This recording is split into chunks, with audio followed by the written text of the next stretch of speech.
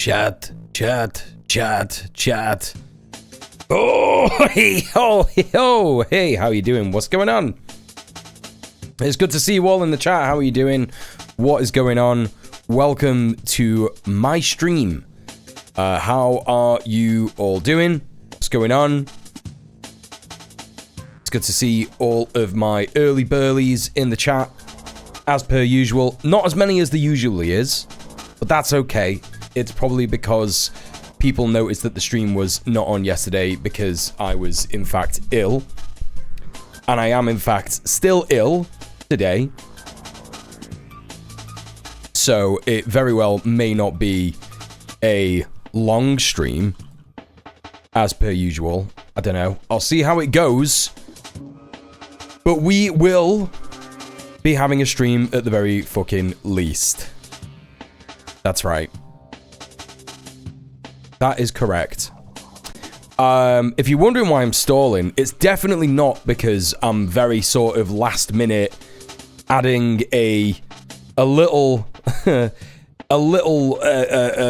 extra bit of spice to the stream. It's nothing to do with that. It's nothing to do with that. Don't worry about it. How are you all doing? It's good to see you. Banger with a W. Hello. Fuck cops. I hope your eye's doing okay. If you want more info on that, check the Discord in the Revolution tab. Steph, how are you doing? Newt, what's going on? I shall indeed call you Newt in future. Dick Penderin, how are you? Welcome in, welcome in, welcome in.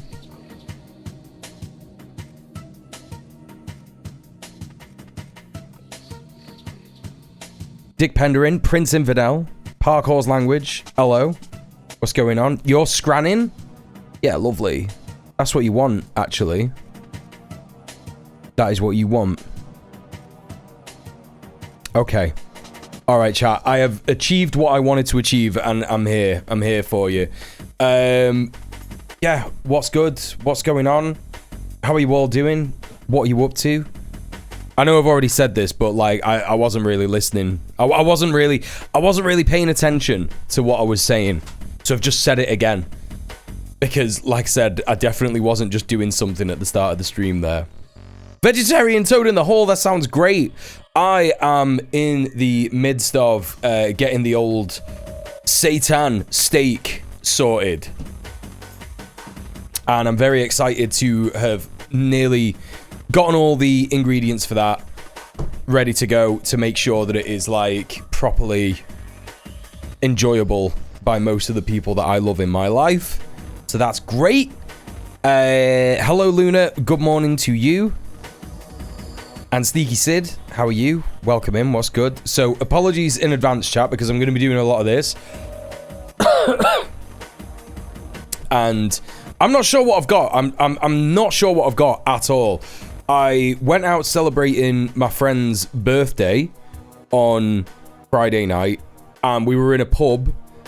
And even though I've had my vaccines and stuff like that, I was still a bit like, people are coughing in here, and they're coughing in a way that makes me think they got a lot of phlegm on the chest, and that's bad. So I was a little worried about that. And it seems that... Whoa!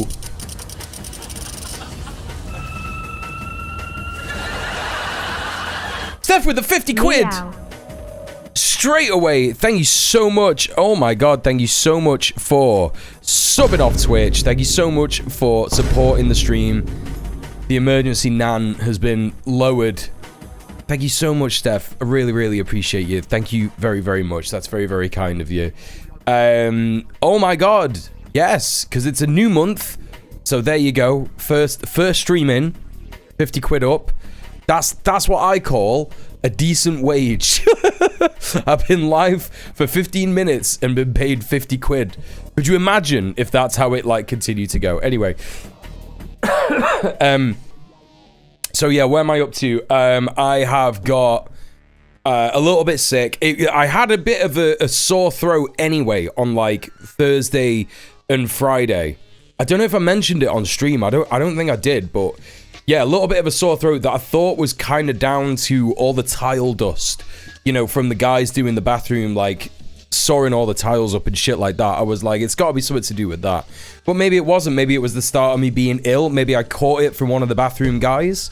Don't know, because they were in the house, you know, for like 2 days straight, like, you know, literally for hours and hours and hours, a full working day. And then on the second day, they were there for like maybe 12 hours or something. It was crazy. So maybe it's that. I don't know. Maybe it's that. But yeah, I started to get like a bit of a sore throat, and that was a bit crap.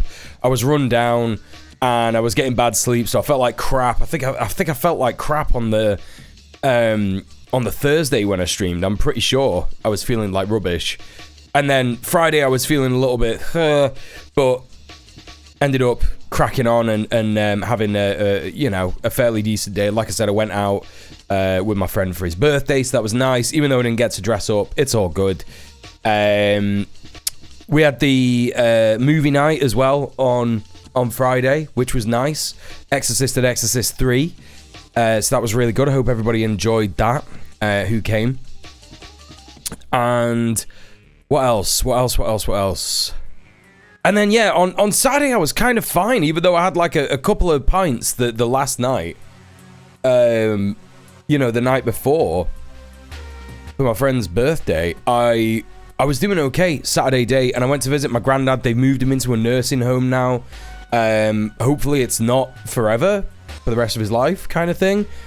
They're saying it's just until he realizes what his limitations are with his, like, broken hip, because he's basically got a broken hip. That's what's going on.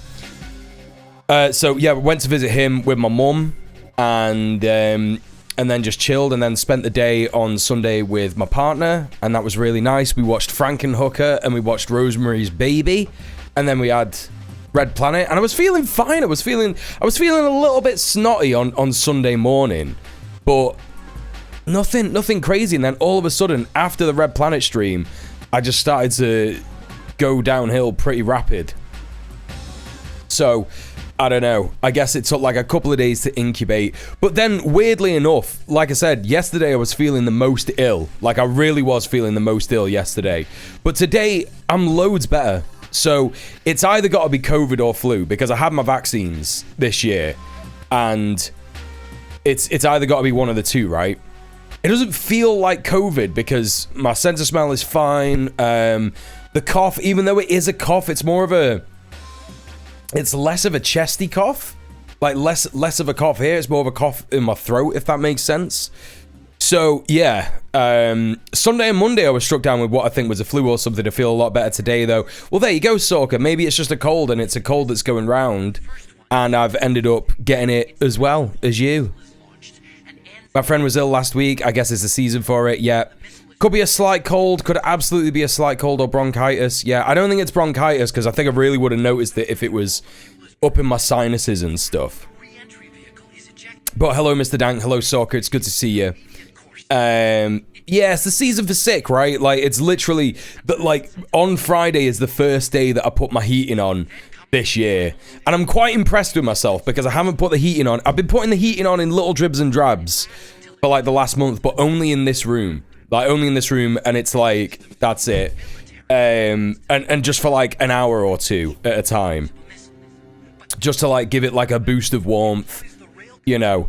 Yeah, nah, when it got to Friday, I was like, okay, I need to be putting the heating on now. Because it's starting to get fucking chilly as hell. So I'm quite proud of that, because that was literally the 1st of November. So hopefully, I'm only going to need to put the heating on for, you know, for the 3 months of winter. Or the 4 months of winter? It's the 3 months of winter. The 3 months of winter, even though technically November isn't winter, is it? November's still fall? No, it is. No, it is. December, January, February are supposed to be winter, right?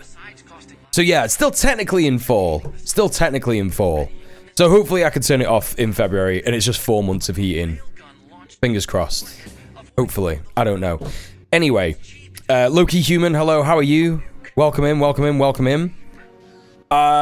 Yes, you are absolutely right, Luna. We may all be varying forms of ill, but at least we aren't At least we aren't Dick Cheney. That is right. Correct. Correct. He's dead, isn't he? He's dead. Alhamdulillah.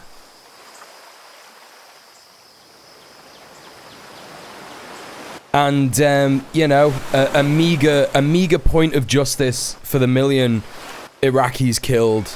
2 million Iraqis killed. He's fucking dead. Rest in piss, bozo. Yes, this is what I was making just before the stream. I was just making a little image of Dick Cheney. Just a little image of him. You know, just a nice little respectful image of him. You know? To remember him by. Hello, Wicked Drunks. And hello, Riolan. Welcome in.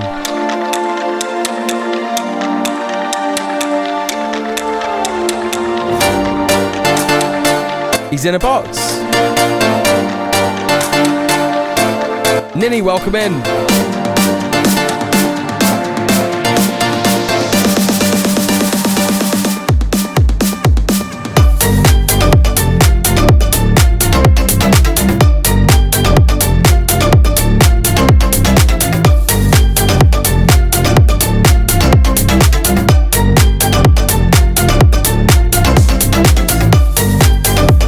Let's see them RIP bozos in the chat. Right here, Buddy Bebop, we got you. Literally right here.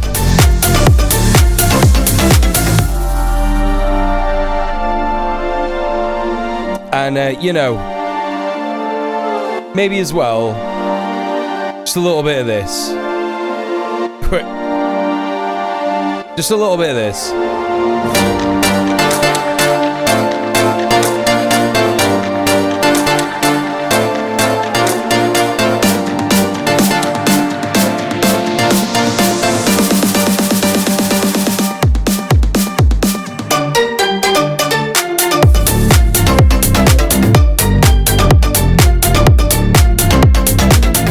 Chat, is this anything?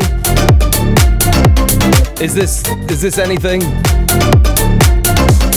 Oh shit!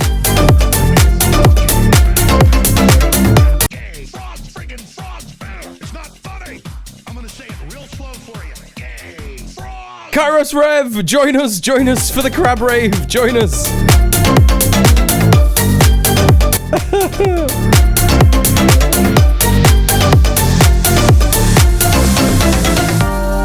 Hell yeah. Hell yeah, there it is.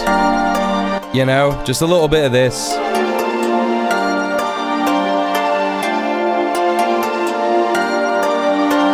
Just a little bit of this. It's important, isn't it? And we'll just have him up there for the rest of the stream. Just in memory, you know? Just in his memory. Welcome in Kairos, Rev, and Raiders. How are you doing, my friend?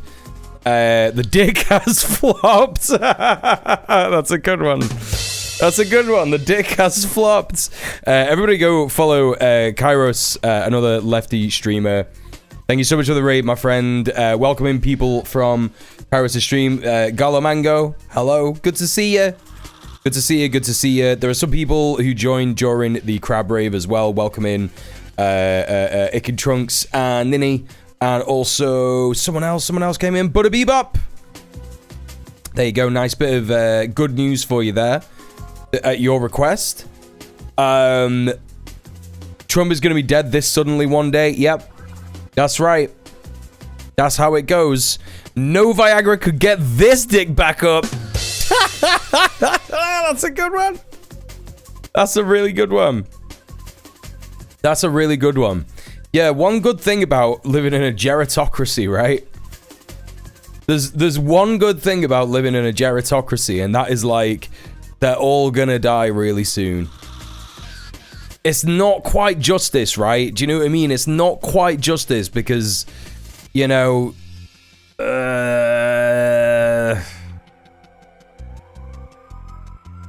but it is one good thing about it. It is one good thing about it. New gender neutral toilet just dropped, correct. That's right. The only stiffy the dick got in the last 50 years was the few hours of rigor mortis yesterday.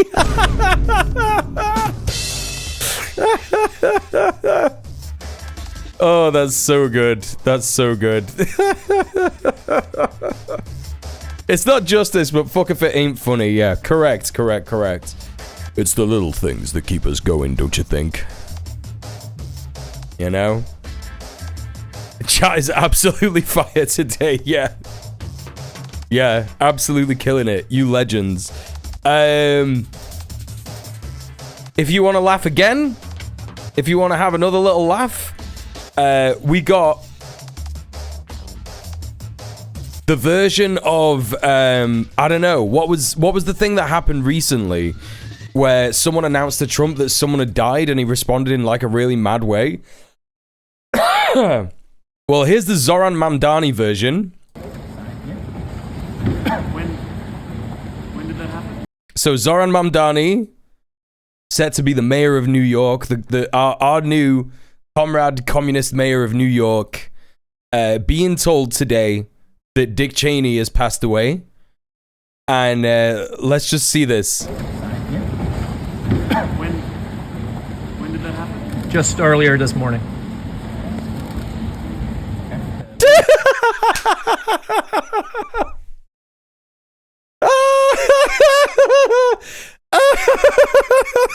It's so good. It's so good.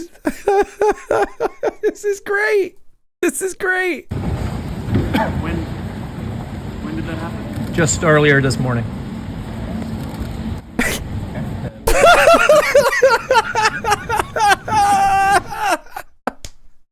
Oh no. Anyway, it's great.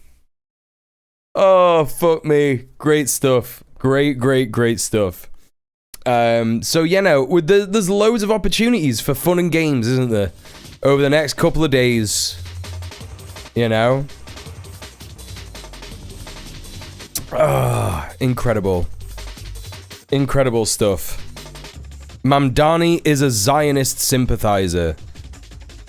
What makes you say that, Sid?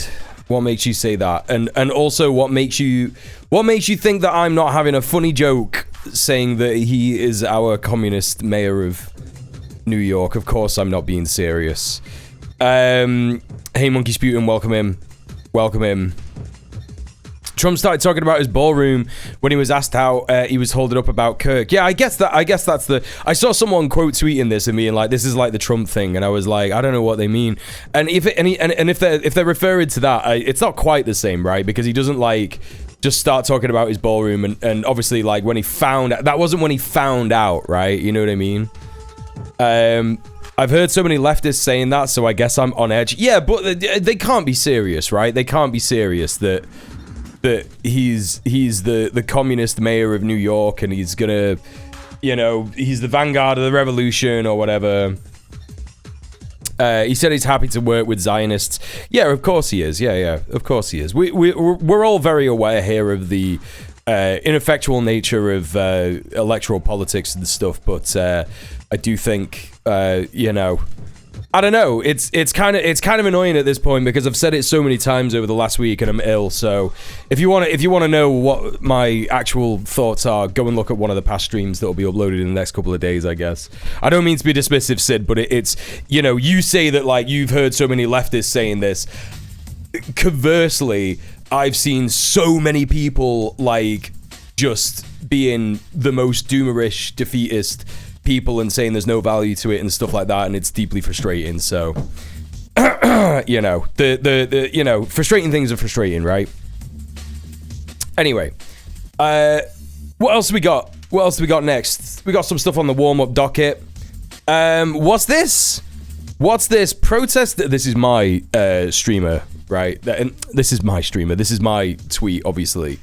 Protest agitator and streamer Hugh Anthony has been kicked out of his gaff by his parents for being a literal Jew-hating neo-Nazi. So if you don't know who this guy is, chat, he is our man on the inside. So what Hugh Anthony does all the time is he goes to protests and films all inside the Nazi lines, all inside the reform, fascist, British, fash demonstration. He just goes around all the time and, like, you know, films everyone having infighting arguments and, you know, gossips about Tommy Robinson and how he hates Tommy Robinson. He calls Tommy Robinson Tommy Robinstein as like an anti-Semitic slur, an anti-Jewish slur.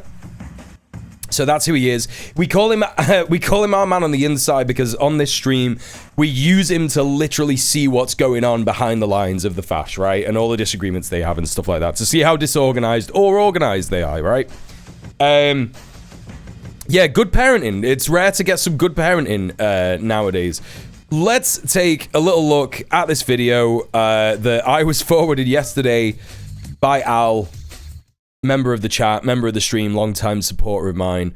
He literally DM'd me on Instagram to be like, yo, check this out. I don't even understand. What is your problem? What is your problem? What is your problem? No, there's no domestic violence that happens here. Like, you know, if you're triggered by domestic violence, at some point the guy's dad comes into his room in a threatening manner. So if that's going to upset you, maybe you should, like, you know, not watch this. But nothing actually violent happens. You're going to regret this in 10 years' time when I don't speak to you anymore. You're going to regret this in 10 years' time when I don't speak to you anymore. What? You're going to regret this in 10 years' time when I don't speak. Like, chat, by the way, have you seen what's on his screen here? Hello, B-Rat, how you doing? Have you seen what's on his screen here? He's got like a little Steam sign-in thing. He's trying to sign into Steam so he can, like, play Victoria or whatever. One of them fucking... You know, it's one of those games where you're either just like a trans person or... You're a fascist if you play it, right? Or like Victoria 7. I don't know if that's a problematic meme to talk to do, but you know what I mean. Hearts of Iron shit, right? But he's playing as Hitler or whatever. Do you know what I mean? You're either like a communist trans girl or you're just like Hitler. You're like a Nazi, right? To you anymore because you rejected me when I was right. You're gonna reject this in 10 years' time when I have nothing to do with you. It's crazy that he's just like, oh, you rejected me because I'm right.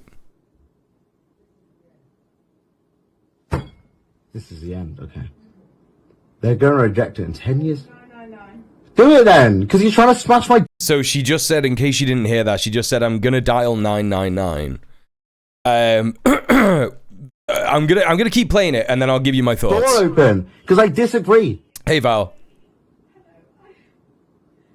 Right as in right wing. He does sound like a 14-year-old. Literally, sounds like a 14-year-old getting told off. That's my door open, because I disagree. Oh, she's crying! Listen to the mocking way. The mocking way that he talks about his mum crying. Oh, she's crying. And he's filming this knowing that he's going to use it for content. This is the closeted guy that we've been taking the piss out of, yeah.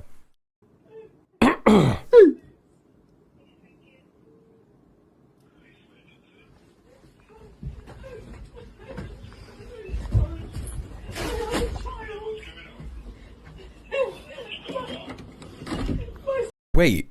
Why did I not notice this before? Bro, what is going on with that door handle? Yo, check out his door. Check out how fucking, like... Check out how brown his door handle is. Does he not wash his hands? Dude, what is this? What is this? What's going on there? Listen, I've lived in this place for a long time, and, you know, I noticed after maybe 10 years that there were some marks around some of the light switches, right? And I was like, shit, I should probably, like, clean those, you know what I mean? Like, letting it get this bad is so weird.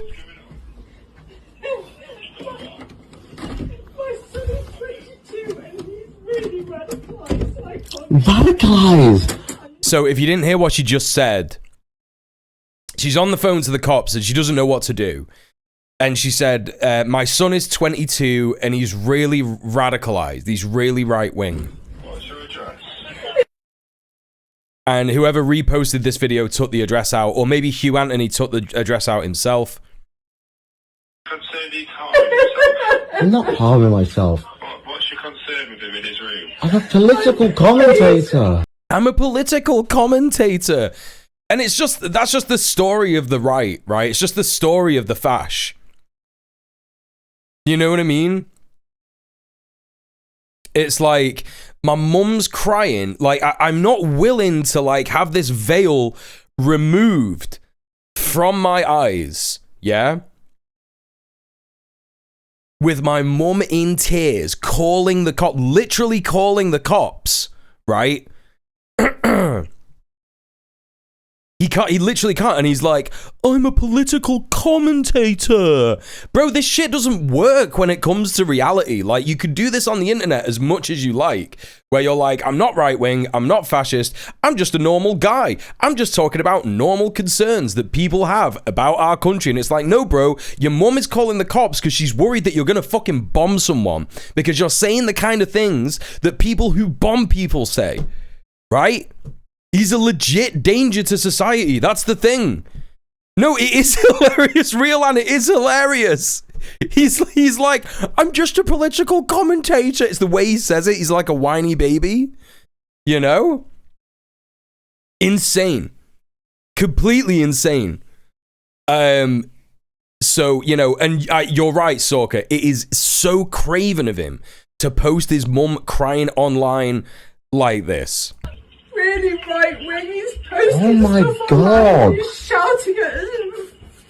Using to come at his This is so dramatic. And look, she doesn't want to be filmed. You don't scare me, Dad. No, I not. No, I not. What is wrong with you? Why are you assaulting me? Do I not? Why are you assaulting me? Yo! Antifa dad! Why are you assaulting me? Shut the fuck up, you parasite. Yes!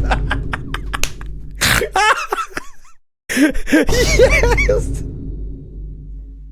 It's so good! It's so good! Soph, you're here at the best time ever! Soph, this is wet little Hugh Anthony, fascist, literal Jew-hating neo-Nazi agitator, protest agitator streamer getting kicked out of his gaff by his mum and dad because they found out how right-wing he was, right? And I'm just going to replay this bit where, like, oh, it's dead sad. His mum is in tears. It's really horrible. It's craven that he posted this. He filmed all this for content. But I just want to show people again just this moment of his dad. His dad coming up the stairs, like, and I'm not being funny, yeah, but can you imagine what it would be like to have your son, who is like a wet little Star Wars freak, who is saying the most, like, disgusting, inhuman shit about women, about migrants, about Jews, about, like, you know, every kind of person imaginable online, and you found out, and now your wife is in tears because he just will not listen. He won't, do you know what I mean? Can you imagine how restrained this is? This is cinema. This shit is actually cinema. I'm a political commentator. Really right when he's posting. Oh my God. He's shouting at You can hear him coming up the stairs. using to come at his This is so dramatic. Here he is. I'm so sorry. Here he is. He's even got laser eyes. You don't scare me, Dad. No, I not. No, I not. What is wrong with you? Why are you assaulting me? Do I not? Why are you assaulting me? Why are you assaulting me? Shut the fuck up, you parasite. Yes! That's so good! Shut the fuck up, you parasite! Come on! Antifa dad! It's so good!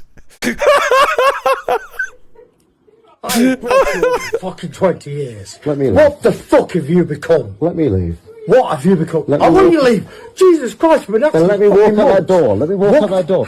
Let me walk out that door. What? Let me walk out that door. Answer my question. Nothing. I just want to preserve this nation. No, I just want to preserve this nation. Shut the fuck up, you parasite! Did you not hear him the first time? Do you not understand? You will not win this war. Yes, I will. No, you won't. I'm leaving this house. Right now. I want you to leave. I don't want you to come back. I'm leaving right now. I want you to go right now. I'm leaving right now. Go. Oh my god, I'm now leaving. he's filming us. No, I'm leaving. Hugh, I have nothing to hide. You're off to jail tonight. His dad's like, I've got nothing to hide, mate. I've literally got nothing to hide. And he's going, you're off to jail, Dad. You're off to jail. You just assaulted me. You just assaulted me. Like, I'm not being funny, chat, but the way that this looks, yeah? The way that this looks. Okay, yeah, you could argue, yeah, he's like trying to walk his son into the room and he like walks into him and shit. But at the same time, what's obviously happened is he's not moved. And then Hugh's gone like, yeah, like that or something. And his dad's just pushed him back. Do you know what I mean? You know when your parents will be like, I brought you into this world, I can take you out of it. Literally, yeah, literally. You don't scare me, Dad. No, I know. No, no. What is wrong with you? Why are you assaulting me? He said get off. He literally said get off. And that's probably because Hugh was like touching him, right? You know, incredible stuff. Absolutely incredible stuff. And I was wondering if someone was going to do this, but someone... someone did an edit of his dad coming up the stairs. I've not watched this, but... I'm so sorry.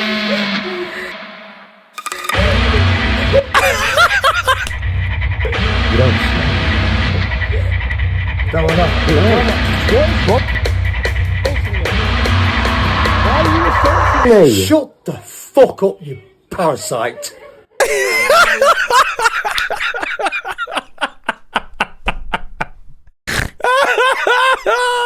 The way he's got laser eyes.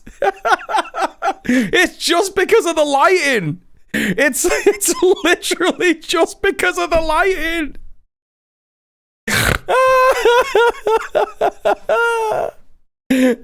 So good. There you go. There's a link to the edit, Kairos. It's so good. Gonna use this in my sets. I can't even begin to tell you. Just like, you know, there's a bunch of stuff that I wanted to like say about this, right? There's a bunch of stuff that I wanted to say about this because obviously it's one of those situations where what has clearly happened, what I think has happened, the way that his mum is reacting and the way that his dad is reacting is that they've only either just today, the day that this was filmed, or in the week previous, or in like a very short amount of time, realized that this is the kind of shit he's been saying, yeah? And we've kind of seen that with Hugh Anthony as well. When we first looked at his channel, he only really started doing psycho-fascist, literal neo-Nazi shit about, I don't know, 6 months ago or 7 months ago. I think like the first thing that we watched of his was the BNP rally in Manchester. And we looked at his YouTube channel before that, and it was all just kind of like very vague, like, oh, when your mates stop hanging out with you because you've got different opinions, and it's like, yeah, you've obviously, you know, you've obviously been going down the rabbit hole for a long time, and it's kind of just like exploded because he's gone, oh look, all the people that I watch online have loads of followers on YouTube and loads of views, and they get loads of money, so I should just do that, right? I should just do that. Yeah, Nazis get disowned. Yeah, hell yeah.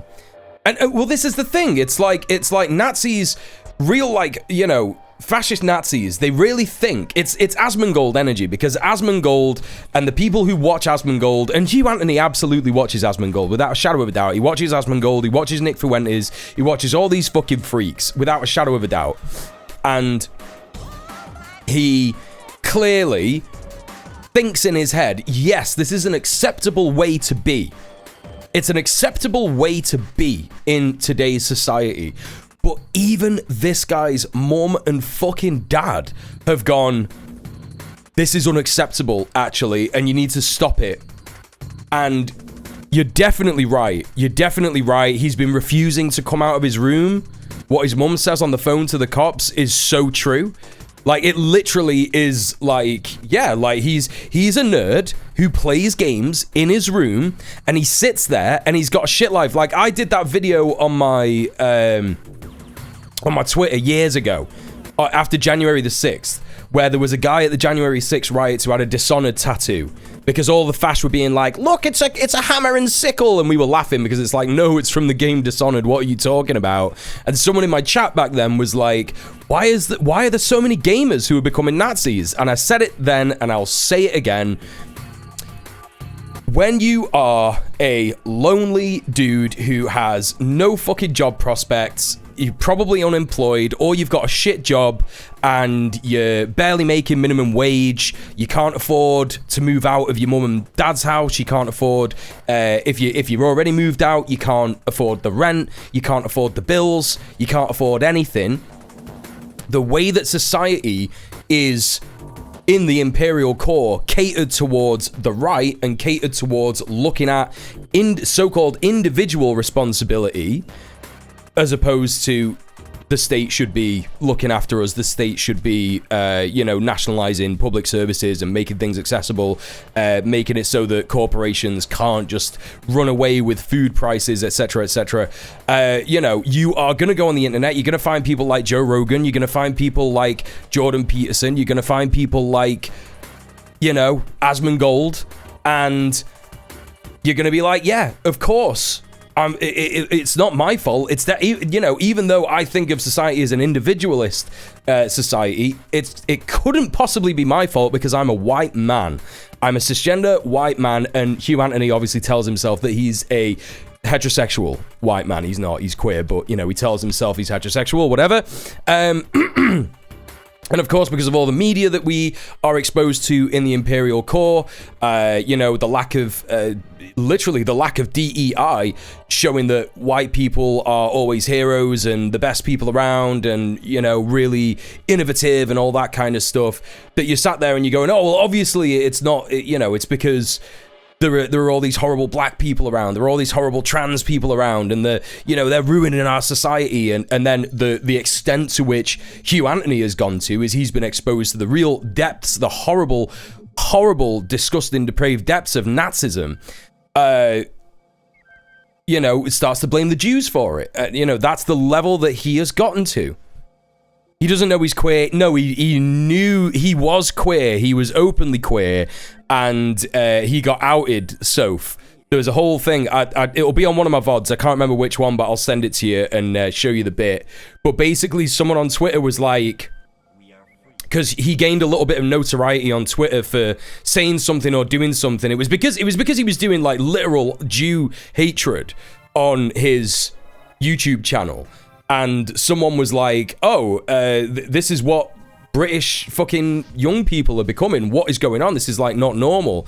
And then a bunch of queers on Twitter were like, yeah, this guy was in my DMs on Grindr like 5 months ago. What has happened?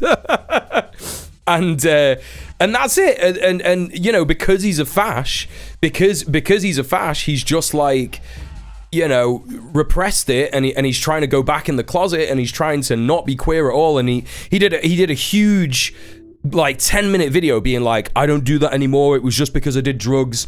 Doing drugs makes you gay, and that's why I was gay, and all that kind of shit.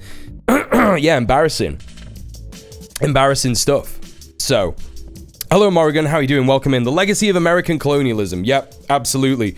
An increase in media literacy might make fewer of the people like these games. Yes.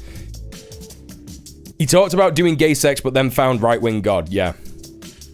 Gay sex is like crack. It's true. Once you pop, you can't stop. Twitch asked me to reconsider that message. Yeah, well, fuck you, Twitch. He's not wrong. Doing estrogen made me a lesbian. Whoa! Yeah, and that's it, right? That's what's happened with Hugh Anthony. He has become this disgusting, like quite possibly one of the most repulsive kinds of people, and because the only people he hangs out with just enable him in this way, he thinks that it's completely acceptable and it's a completely normal thing to do. Right-wingers are the most echo-chambered losers and freaks in this world, on this planet right now. They always accuse left-wingers of being in an echo bubble, an echo chamber, a social media bubble echo chamber, when we have no choice but to experience the right-wing world that we live in, right? Left-wingers we're literally forced to consume the slop of fascist right-wing society all the time, every single day, over and over and over again. And we couldn't possibly be in an echo chamber. Just couldn't possibly exist. However, they are in an echo chamber. And every time they fall a little bit outside of the echo chamber, bad shit starts to happen to him, because it is completely unacceptable and repulsive to behave that way and say those kinds of things in society, right? It is just not even remotely acceptable. The left and right are ultimately both discursive communities that affect change in everybody else. It's just the right does it with money, and we have to do it by actually making friends. Correct, yes. Makes me think of the Ian Dansky video, How to Radicalize a Normie. It feels like it might be similar to what happened to him. Well, yeah, he's obviously like, if you look at his house that he lives in, he's obviously not, he doesn't live in a council house. You know, I'm not saying his parents are super rich or whatever. It doesn't look like a massive house. It looks like maybe like a semi-detached 2-bed gaff in, like, I don't know, Wilmslow or something, right? Do you know what I mean? His dad's got a nice shirt on. His mum's got like a bit of Botox and like a bit of a nice top and pants on. And I think that he was saying that they'd been out for a drink or something that night. So you know, he's not had just like I don't know what the word would be like. He's not had either way a very, very privileged life, but he's also not had like a very, very oppressed life, right? He's got a lot of privilege, but because you could say I don't know, it's hard to make a judgment like this, right? It's hard to make a judgment like this because even though they're dressing up nice or whatever, his dad's got a bit of an accent, his mum's got a tiny bit of an accent. They could be working class and just trying really hard, you know, keeping up appearances, as it were. He's a burbs kid. There's definitely a level of privilege there, but like, you know, the contradictions of capitalism are affecting him, and maybe by extension, not by extension, but like just by the nature of capitalism, maybe it's affecting his family as well. And so he attributes all the problems that him and his family are having to all the things that Asmongold says are the reasons why, which is like, you know, not the reasons why whatsoever. Because it's capitalism that's making his life bad. It's capitalism that's making everybody else's life bad. So that's the facts, isn't it? That's what's happened, and you know, he's now reaping the rewards of this society. And will he be held? Will he be caught by his so-called community of fascists? Maybe. I don't know. He has tried to create a GoFundMe. Didn't he say that being white hasn't stopped him having difficulties in life? He probably has, yeah. Do we know if he's in with Colette's lot? Who is that? Sorry, Luna. I don't know who that is. Yeah, so he is ultimately a normie, for sure. For sure. Let's take a look. Hugh Anthony.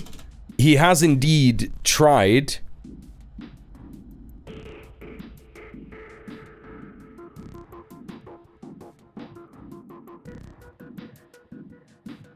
Oh, it's not a GoFundMe. It's just his, it's just his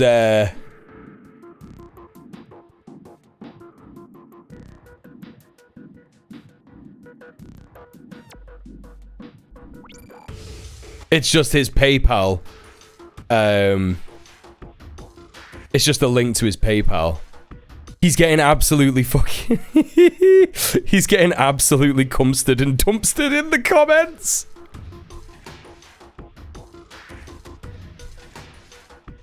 Oh my god.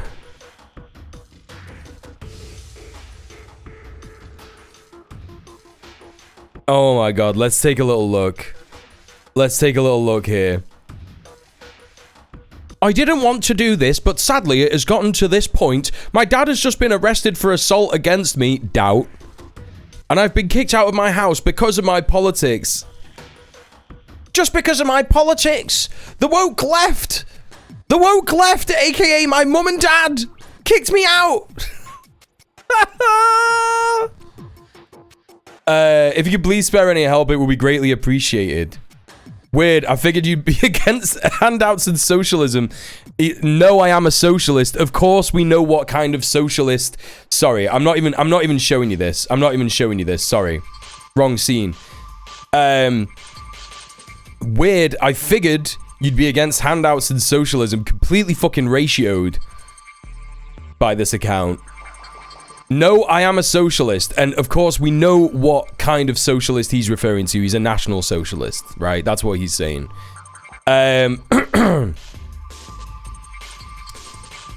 Boomers kicking out their kids for wanting a British country. Yeah, but that's not what's happening, is it? Britain will remain British. Pull yourself up by your racist bootstraps and stop begging. Are you complaining that your parents control their own borders? He is trying to look like Mosley Butter Bebop. Yeah, he is. Hey, Baldwin's Ghost, how you doing? Yeah, it's that whole Greg's thing, right? It's the like, I'm being racist. I got kicked out of Greg's for being racist. Oh, I got kicked out of Greg's today, lads. What did you get kicked out for? They said I was being racist. Were you being racist? Yes, I was, right? Yeah, they're not boomers either. They're clearly Gen X. Like, what are they talking about? Does your dad have a... Does your dad have a fundraiser for legal fees? Would love to contribute. Drop a link. Adolescents. Adolescents. Imagine being such an intolerable cunt. Your own dad hates you. Do you have a PayPal link for him? I'd love to buy him a beer.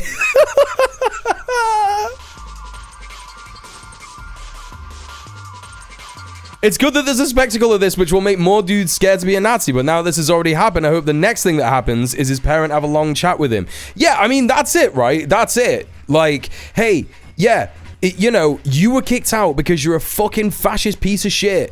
You're a horrible fascist piece of shit. That's why we were mad at you. That's why we're fucking concerned about you. And that's it, right? This is so good. This is so fucking good. You don't even have to edit the image. I'm a political commentator. But I'm just a political commentator. I didn't want to do this, but sadly, I'm a racist cosplayer, so the world owes me a living. Fixed it for you. This guy's from Salford as well. Your mum is correct. You have been radicalized by the far right. Your dad is correct. You're a parasite. You're 22, no job, no prospects, still at home doing fuck all. Apologize to your parents. Get off Twitter. Get a job. Move out and grow up. That's actually so brutal. That's actually so brutal. Wait, what is this? My mother is calling me a liar about the situation and trying to attack me online still. Is he recording phone calls with his mum? Open the door, my house, I pay for this shit, why not? Womp womp. Why not? Womp womp. Oh my god, I pay for this house, I'm phoning 999. Hello, me old chum. Thank you for the follow. And what? Oh, okay, so this is like a longer version of the video, right? Just a longer version of the video. Oh, here's him actually, like, leaving the gaff. Maybe I shouldn't show this. Let me just see if it, let me just see if it shows his address, because I don't... you know, it's his parents, right? I don't want to dox his parents. Oh, I'm leaving. Hugh, I have nothing to hide. You're off to jail tonight, by the way. You just assaulted me. Hugh. I want to leave. I want nothing to do with you. Good luck. Off you pop. Off you pop.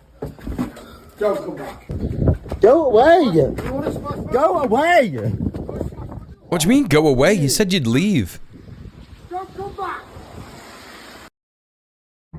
Oh, he like lives in Withenshaw. I'm not gonna say. Well, Withenshaw's a massive place, so no one's gonna find out where exactly he lives. But like, I just saw the neighborhood he lives in, and I'm like, oh my god, that's Withenshaw. He lives in fucking Withenshaw. But Withenshaw's massive, so I've not doxed anyone by doing that. But yeah, it looks like you would be able to figure out where his mum and dad lived if you watch that. So I'm not gonna show that on stream. But yeah, that's mad. Yeah, you just assaulted me. Soy right, dude. Yeah. Wouldn't that be battery, not assault, because physical contact? I don't know.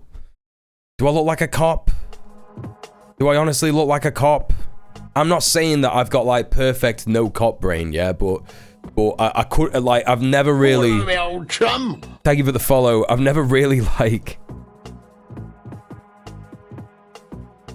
I've never really like thought about like the ins and outs of assault law or like physical antagonization law or whatever, you know?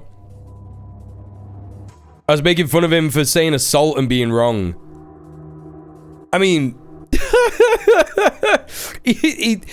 just in general, right? I would probably say, yeah, I would probably say the guy walked into his bedroom, and you could argue that, like, yeah, that's pretty schneid, do you know what I mean? Like, maybe his dad shouldn't have, like, pushed him into his bedroom with his body or whatever. Duke of Blonde, thank you so much for the 6 months. How are you doing? Good to see you. Maybe he shouldn't have done that, right? But at the end of the day, the way that he was being, the way that he has been being, just like so belligerent and so repulsive, behaving like that to his mum, making his mum fucking cry, which is obviously that guy's wife who he loves. You know, could you imagine, like, could you just imagine, right? Like, what it would be like to have, like, had a kid, raised the kid together, go through all the fucking stress of that shit, you know?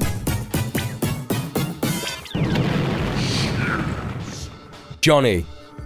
Nice djmuel jam, djmuel jam, djmuel jam, djmuel jam, djmuel jam, djmuel jam. With the 69 months. Oh my god, Johnny, thank you so much. Thank you so much. Yeah, going through all of the trials and tribulations of raising a kid, affording it all, paying for the house, working your whole life, right? Do you know what I mean? And then he turns out to be like a disgusting, horrible neo-Nazi fascist. You would feel like you failed, right? You would feel like you failed. And like all the while, he's causing so much grief for your wife and for you. You know, I think that he was very restrained. I'm gonna be real. I think he was very fucking restrained, all things considered. Do you know what I mean? You know what I'm saying? I know people's parents who've done way worse than that to the kids for way less, and I'm not saying that that's okay, but, you know, it wouldn't have been out of the fucking realm of possibility fucking 10 years ago, for sure. Do you know what I'm saying? Like, so if you want to be like, oh, that's assault, like, what kind of picture are you trying to, like, paint of fascists, bro? Like, you like, your dad pushes you a bit and you go, ah! Like, cause that's what happened. That's what happened. He was like, you don't scare me, dad. And then his dad came in and he was like, do it not! Do it not! Do it not scare you! And then he was like, you assaulted me! Sorry, but it's just funny as hell. It's just funny as hell. Anyway, so there you go. Hugh Anthony. Good little bit of content, that, wasn't it? Bro was acting like the Russians were at the door. Yeah. Well, he was acting exactly like Mosley. Mosley was exactly like, if you look at Oswald Mosley, right? If you look at this guy, like, he's just exactly the same kind of guy. Just like a little fucking fruity weirdo. You know what I'm saying? Like, there's nothing. Like, the man had arms like twigs. Literally, the embodiment of the soy right. And that's exactly who Hugh Anthony wants to be. It shows how much of a privileged life he's had that he thinks that was assault. Yeah, well, it also just shows how weak the fash are. You know what I mean? So, yeah, no, his dad, sorry, but in my books, getting pushed around a bit is not assault. Sorry. Getting pushed once because you've made your mum cry because you're a fucking Nazi, don't give a fuck. In my books, not a transgression. Simply not a transgression. Was Mosley a middle-aged twink that never found a daddy to put him in his place? Yeah. It looks like an avant-garde art student parody of a fascist. Yeah, exactly, yeah. Yeah, motherfucker's got spaghetti arms. Not exactly the Aryan ideal, right? You know what I mean? So, there you go. I've had a parent do that to me and it sucks. I wouldn't say it's not violent, but I will say that doing it just so he would stop filming his sobbing mother is very justified. Yeah, for real, Newt. Like, I'm not saying in a million years that, like, getting a fucking punch or a slap off your dad or your mum isn't assault and it isn't violence. But again, like I said, just not even remotely in my book something that I would particularly like. You know, it's just not egregious, like, in terms of, you know, what's going on there. There's a level of animosity. I can't imagine his dad was excellent. You don't scare me to be his first thing out of his mind. The instinctual nothing as a reply. Clocks it is pretty rough. That said, a Nazi. Who gives a shit? Yeah. But again, I think that, like, if his dad is being that way, do you know what I mean? It's because his fucking son's a Nazi. Like, how frustrated would you be that your fucking son, your seed, the thing that came out of you, and came out of you, the person that you love, that you made together. Do you know what I mean? Yeah, my stepdad battered me for less. Exactly, that's what I mean.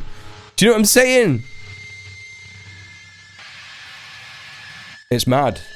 Also, though, to be fair, my stepdad's was a Zionist cop at the time. I mean, he's, you know, could argue that he's still a cop now. You never really stop being a cop, do you? But, and he's not stopped being a Zionist, but, you know, he definitely did. Anyway. There's no way that I would have gotten away with trying to charge him for assault, you know what I mean? Hugh Anthony would not have fared well with my dad if he thinks that is assault. Right, exactly. Abused queers, rise up! We know what it's like to actually get assaulted by your dad. That's nothing to shout about, not gonna lie. Anyway, look, like, yeah, this is the whole thing, right? He's just like a fucking little winnet. You know. I hope that it completely impacts his ability to make content, and I hope that he makes far less content. I hope that he really, really, like, doesn't suffer. I don't want him to, like, suffer, you know, because I think that everybody should have a house, even if they're a fucking fash, right? Do you know what I mean? I think that everyone should have a gaff. Everyone should have access to healthcare. But you should be in a re-education camp, right? You should have access to those things while you're in a re-education camp. I think that, yeah, I just think that it's fucking wild that, like, this is what's happened, and I do hope that it's genuinely gonna stop him from being a cunt, right? He is stunting his own life prospects. Like, he absolutely is. He absolutely is. Fast twats like Hugh will never appreciate how tolerant the rest of us are of them. Correct, Mr. Dank. Absolutely. Yeah, bro went from living on easy mode to hard mode. Let's see what happens next. Yeah, exactly. Okay, so that's the Hugh Anthony stuff. Very funny. Lol, lol, lol. It is the best clip on the internet. I am going to turn it into a sound alert, 100%. Shut the fuck up, you parasite. Like, well, also, chat, when you think about how fucking annoyed and frustrated and angry we've gotten at this cunt for the things that he says, all the stuff that he does, all the people that he agitates, like he goes to protest. He has agitated comrades of mine at protests. Do you know what I mean? I'm happy it happened. It's funny that it happened. And I hope it continues to happen until he changes his fucking mind. So there you go. Middle-earth Marxist, I am so sorry, but you just missed one of the funniest fucking bits of stream lore in a long, long time. I'm not gonna lie. you can check it out on the VOD channel for sure. I'm fairly certain that I'm going to be making a Twitch clip of that on the Twitch Clips channel, so you'll see that maybe on Thursday. Anyway, very delightful ways to start the stream, very uplifted, hell yeah. Fuck war criminals, fuck fascists. Speaking of fascists, we got a hell of a clip out here. And apparently, Reform have been getting so mad about the existence of Zach Polanski that the mask is just kind of like fully starting to slip. Attention to Zach Polanski's rise as leader of the Green Party. Oh. He does frequently mention, because I think that if he didn't, he would get attacked, that he is one of only 5 people who've been a Jewish leader of a political party in the UK. He does say it very frequently. I know Hey, Husker. it's quite a meme now that he says it very frequently, very kind of toolmaker vibes. But again, he needs to make this position clear, because people have been to criticise the Green Party in the way they criticised Jeremy Corbyn for being anti-Semitic because of their criticism of Israel. And so he has made a very clear point to make sure that people understand that his position is coming. Helena's great. We raid her sometimes if she's live. Go check out Helena, she's great. No Justice MTG. From the Jewish tradition that he was brought up. There's a really great video that he put out on TikTok and Instagram the other day, talking about why he supports the emancipation of the Palestinians because of the same kind of Jewish values that he was taught when he was young. It's the same position that Michael Brooks, God rest his soul, had iterated from first principles of believing in the humanity of all peoples. And you know what? Slay. That has not, however, protected him from just genuine anti-Semitism, because of course it wouldn't, because the actual anti-Semitism is nothing to do with Israel. It's because people fundamentally... Hey, Emmy, what's going on? Good to see you. Jewish people, as long as they're left-wing. As long as you're left-wing, right? Go follow Emmy, everyone. Okay, and basically nobody criticises it. So the first time the people started deciding to be anti-Semitic towards Zach Polanski from the right is that, for those who don't know, his given name when he was born was not Zach Polanski. He was given the name David Paulden for 2 reasons. David just as a name, but Paulden was a name that his grandparents, who had moved to the UK fleeing anti-Semitism in Europe, given themselves to hide their Jewish identity to keep themselves and their children and their grandchildren safe. So they were originally called Polanski when they moved, I believe, from Latvia. Yeah, and this is one of the most egregious things about the attacks on Zach Polanski's name, is that it is clearly anti-Jewish. Anti-Jewish in the way that, like, we are distinctly not associating this with Israel whatsoever. Like, it is anti-Jewish, anti-Semitic, as in completely anti-fucking Jewish. You know, it's just evil fucking hatred of anyone Jewish, and a complete ignorance of Jewish history, right? Because they're so happy to be like, this fucking weirdo changed his name. That's a bit suspicious, isn't it? Right? And even though they probably do not know just how anti-Jewish that is, it still invokes that boogeyman of scary Jewish fucking predator, like hiding stuff in the shadows, the whole fucking, like, you know, Jewish people fucking, you should keep their curtains open so that people can see what they're doing and shit like that.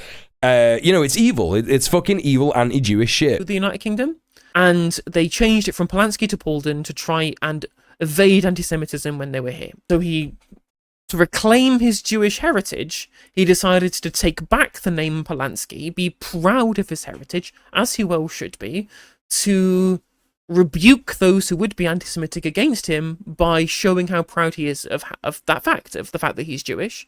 And he chose the name Zach for other reasons. But the reclaiming of the name Polanski is something that he does. That's right, Middle-earth Marxist, yeah. At the heart of all Zionism is the completely anti-Semitic belief that Jewish people should go back to where they came from, exactly. As he should be. It's very, very important that he does.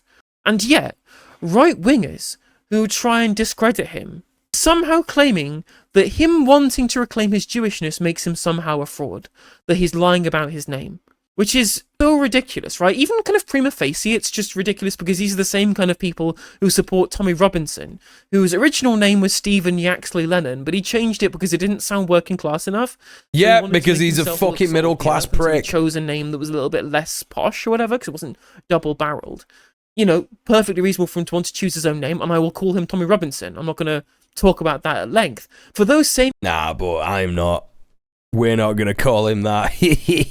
kind of people who ignore it when it comes to Tommy Robinson will then somehow accuse Zach of being a fraud and will insist on calling him David, even though the name that he has chosen is specifically something that he chose to reclaim his Jewish identity. It's obvious anti-Semitism. Like, how it's a great point. Anti-Semitism to mock somebody for wanting to reclaim their Jewish ancestry, specifically Jewish ancestry that would have otherwise been lost because of the kind of persecution that Jewish people faced in this country in the early 20th century, right? Like, that's just anti-Semitism. It's just anti-Semitism. And this was so normalized in that anti-Semitism was okay against left-wing people. It was okay against Zach Polanski in terms of this kind of narrative. It made it to talk TV. It made it around the kind of right-wing circles. Like both Kevin O'Sullivan and Darren Grimes were mocking him for changing his name back to Polanski. And we watched that on the stream. It's so obvious, really, that these people support for what they say is Jewish people. It's just Israel, right? They support Israel, they support the West, they support Western chauvinism, and they will weaponize Jewish people to do that. Even though when it actually comes to Jewish people reclaiming their Jewishness and being proud of being Jews, they will immediately mock them for it. It's such a blatant double standard. Such a blatant double standard. Hi, Han. I thought that this is the worst that the anti-Semitism against Zach Polanski would get. I do not think that it could get worse than... We've done Hugh Anthony, I'm afraid, Han, yes. Historic Jewish name. That was until I saw this. So we've literally done him to death. This is posted by the Brighton and Hove Reform UK official Facebook page. Krill!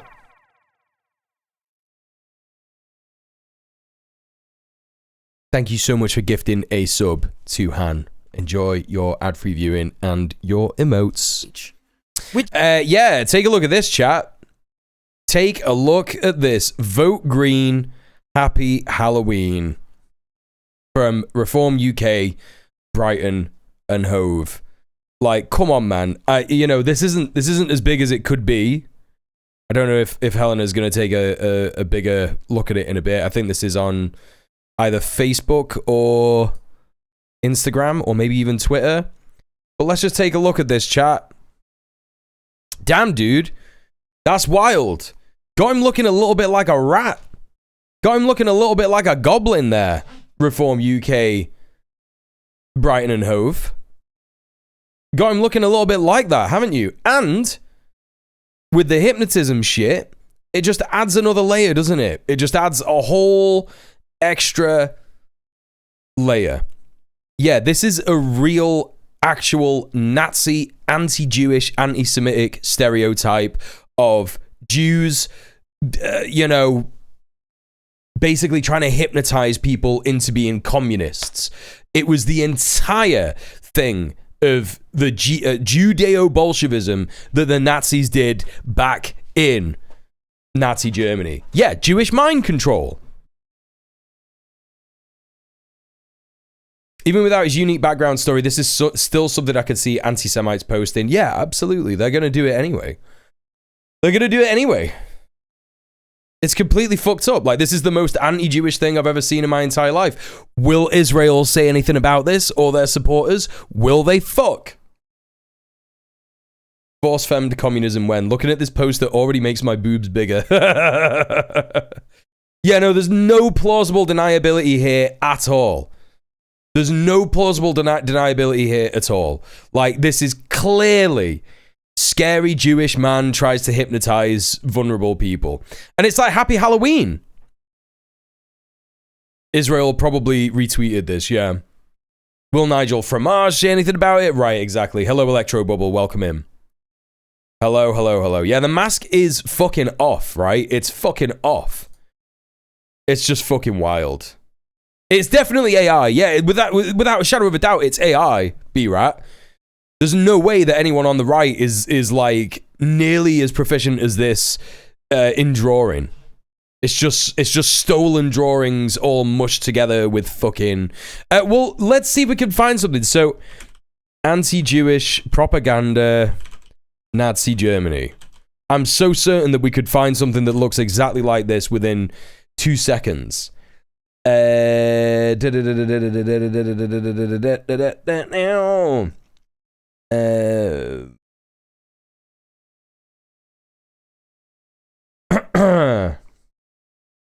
Maybe I'll have to make it more specific. Propaganda, mind control, shit.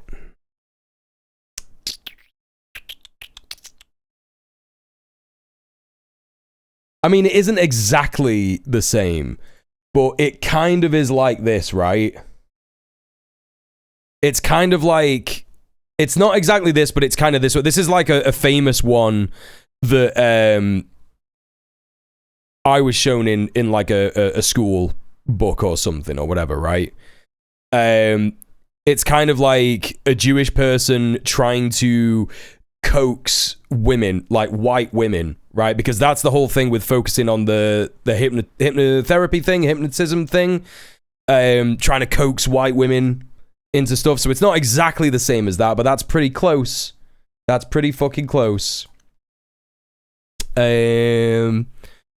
Most popular party in the UK right now posting Nazi propaganda. Well, it's a low bar, right? It's a low bar. Again, I'm not going to downplay just how popular Reform have gotten, but the 30% of the vote share that they hold in the polls is of a dwindling amount of people who would actually be bothered to vote. So it's important to remember these people are still a minority in the country. Even if they were 30% of the country, that would still be a minority. The main one is the Jewish vampire. Oh, yeah, you're right.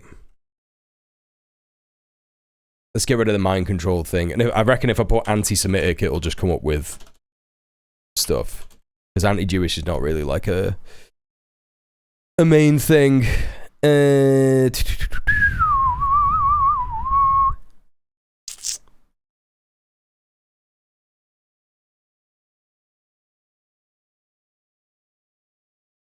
I mean, there isn't one that's like specifically like this.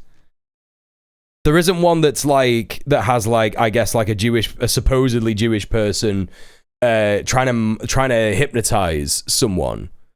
But the depiction of him in his face is so startlingly similar to the depictions of Jews. Like this fucking shit. Oh wait, how do I get it? You know, it's like this shit. Really, really similar to this shit. The grimacing smile, yeah. What do we got? What do we got?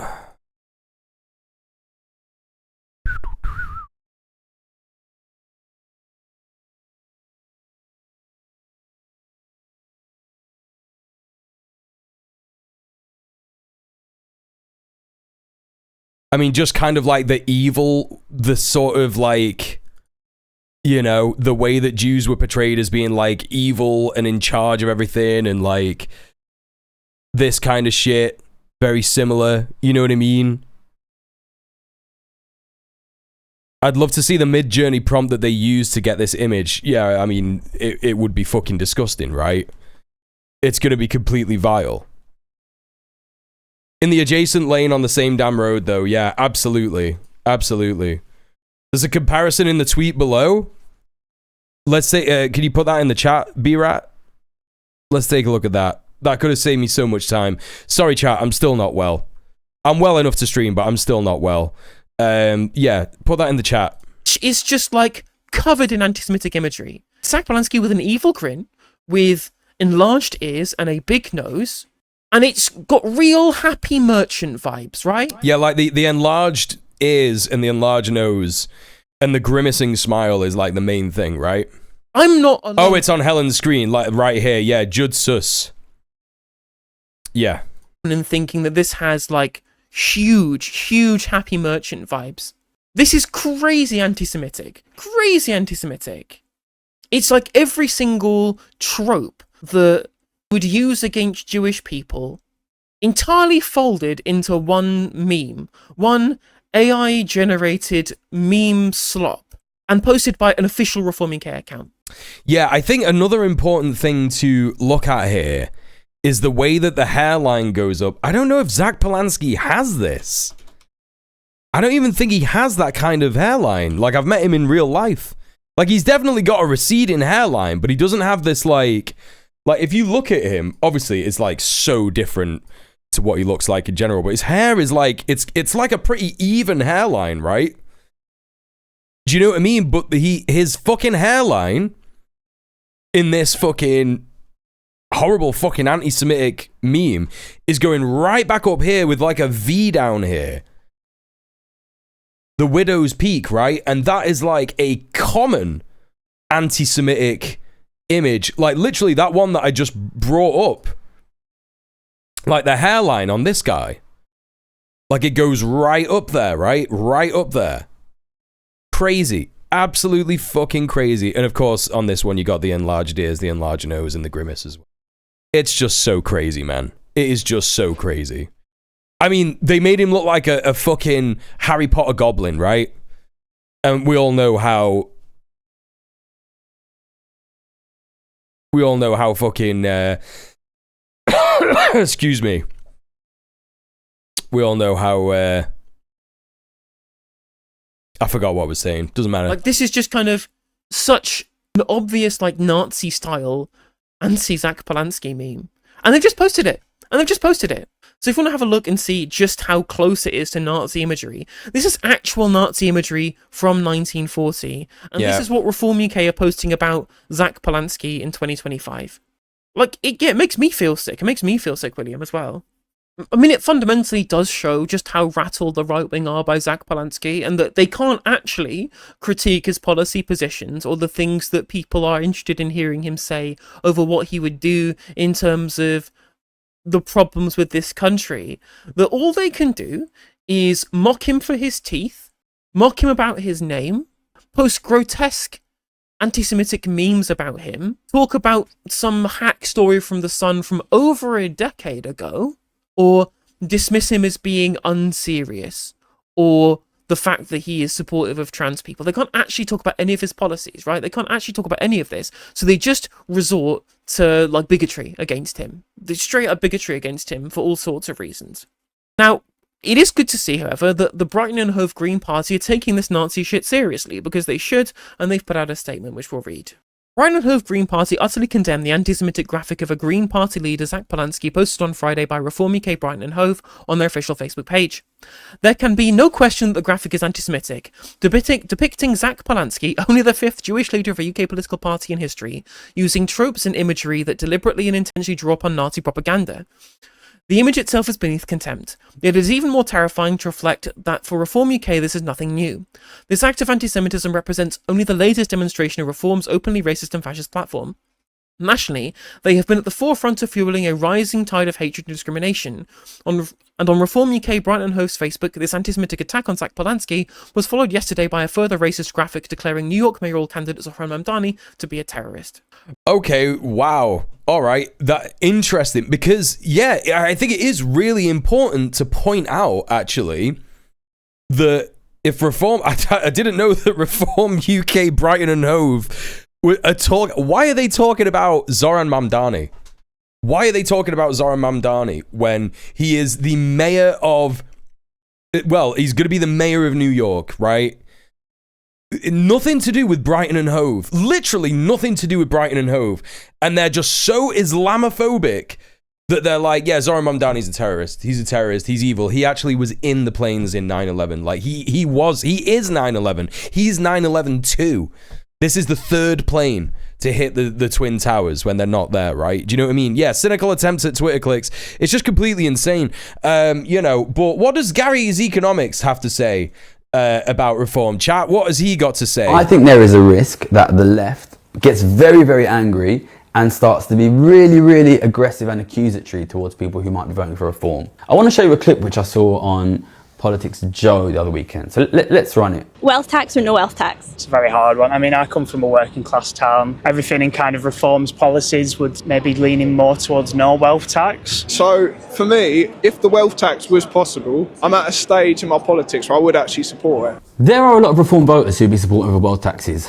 If you want to get progressive change in the next election, you need to win people over. And I think you need to be really careful to resist the temptation to go around shouting at people, calling them racists. Listen, there are racists in this country. There always have been racists in this country. Thanks for letting us know, Gary. I didn't know that. The people on the left to worry about increasing racism in society. I think it's happening. I can feel it happening. You need to be pragmatic. You need to be sensible. Reform are going to win the next election, and you are not going to stop that. They're going to win. People racists. You need to be relentless. Chat, they're going to win in your pursuit of common ground and unity. And that means you're willing to go to people who you might not agree with everything about and say, listen. So what Gary's economics is saying is that you need to not call racist reform voters racist. And instead what you need to do is you need to not call them racist, and you need to just be like, yeah, but wealth taxes are great. Wealth taxes are great. Wealth taxes are great. And then, you know, today, what's this? What's this that we've got? Move the 2-child cap for British working. So, that is, well, this is me, obviously, in the morning, looking ill and gross as fuck. Sorry for looking like this. I promise it's just because I'm ill. This is Nigel Farage now saying, right? Saying this is like a recent thing that they've decided to do. Reform would remove the 2-child benefit cap, but only for British working people. Only for British working couples. Right, so you see what's going on here, chat, right? You see what's going on here? You don't look that different. Thank you very much, Newt. That makes me feel great. I was just like, I look like shit this morning. Newt's like, yeah, you look the same. Anyway, reform, Farage here, right? Farage, I would remove the 2-child benefit cap, but for British working couples. Yeah? Now, that's true, Luna. He is definitely panicking. But what we have been saying for such a long time about this shit take that people like Gary have had about reform, like, don't call them racist because all they need is a wealth tax. All we need to do to get progressive change in this country is a wealth tax. That's all we need. We just need strong socialist policies, right? But what happens when reform start going more left with their economic policy? What happens when reform starts saying, yep, we can have nationalized energy companies, but only for white people? Then what, Gary? Now what? Now what, dude? And it started to happen. So now what, dude? Now what? Now what do we do? Yeah, fucking, why? Yeah, all these reform guys, they love a wealth tax. They love a wealth tax because it would be another way to fucking discriminate against people, right? That's why they love it. Gary is almost explicitly in favor of Nazism there. It's such a horrible shit take. It's such a horrible fucking shit take, right? I mean, I don't need to play the rest of my stitch that I did with this video because obviously I've just told you what my take is. But go and like that video on TikTok. Help me out on TikTok. You know the score. Because I want to get Gary's attention. I want to debate him. I want to debate Gary's pisconomics. I want to have him here, like, on the stream with me while he's going, like, what is, yeah? Like, what you do, yeah? Right? What it is, yeah? What the thing is, right, with, yeah, what, you know, in this country, yeah, what it is, yeah? People need people like me to explain politics to them, right? That's what our job is, yeah? Like, that's what they need. People like you need us to explain politics to you, right? That's what it is. Wealth tax, what it is, right? Money, yeah, when it comes at the bank, then it becomes money. And then after that, right? After that, right? You're in debt. And that's what you do. Listening to him makes me feel like I'm having a stroke. I mean, that was just listening to me. What was going on there is that you were just listening to me, but that is what he sounds like. With the Tea and Biscuits Museum piece, exactly. Uncanny impression, thanks very much. Do you know, I was watching this with Han the other day. We were watching, who were we watching, Han? Alt World? We were watching Alt World, and and he was talking about Peter Thiel and Ross Douthat, and Peter Thiel, alt-worldly, is that who the guy is? Peter Thiel, he was watching really romantic date where we watched Peter Thiel and Ross Douthat interviewed. Unironically it was, but like the in that I said to you, didn't I was like, Peter Thiel talks like Gary's Economics. Is it Teal? Is that how you're supposed to say it? Teal, whatever. Peter Thiel, Peter Teal, Peter Squeal, Peter Squeal when he's in the fucking re-education camp. He speaks like Gary's Economics. Like when Gary's Economics is just like in an interview and he hasn't really scripted anything and he doesn't know what he's saying, he just sounds exactly like Gary's Economics.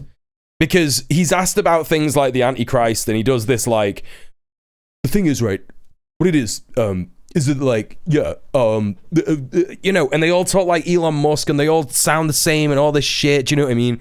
Anyway, completely mad, completely fucking mad. Yeah. Hi Ninja Can, how you doing? Welcome in. And hello Val, welcome. It's good to see you. All right, so let's continue the video from hell. And Brighton and Hove remains a city that is anti-racist, anti-fascist, and that stands firm against hatred. 2 weeks ago, Brighton and Hove Greens were proud to join more than 600 people at the stand-up to... What I was trying to demonstrate, by the way, with that little interspersing of, what did you say?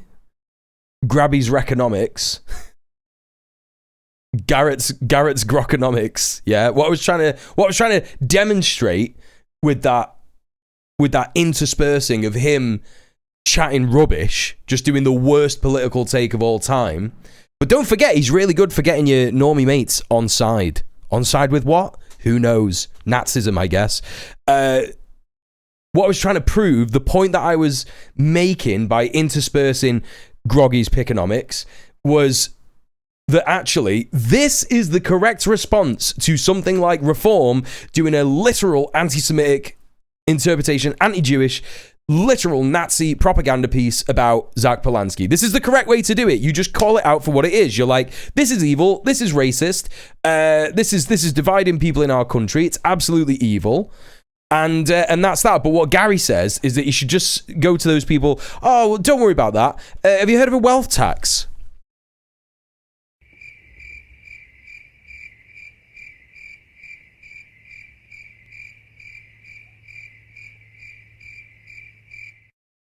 Have you considered nationalizing public services?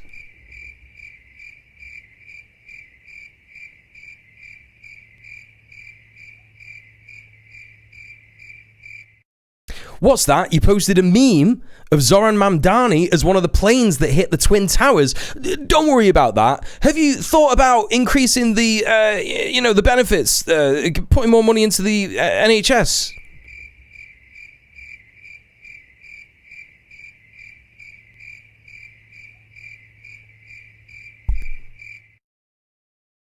Just hope and pray. It's just about hoping and praying that might work. Racism Unity March. Isn't it? Just hope and, just like forget all the stuff that's worked in history.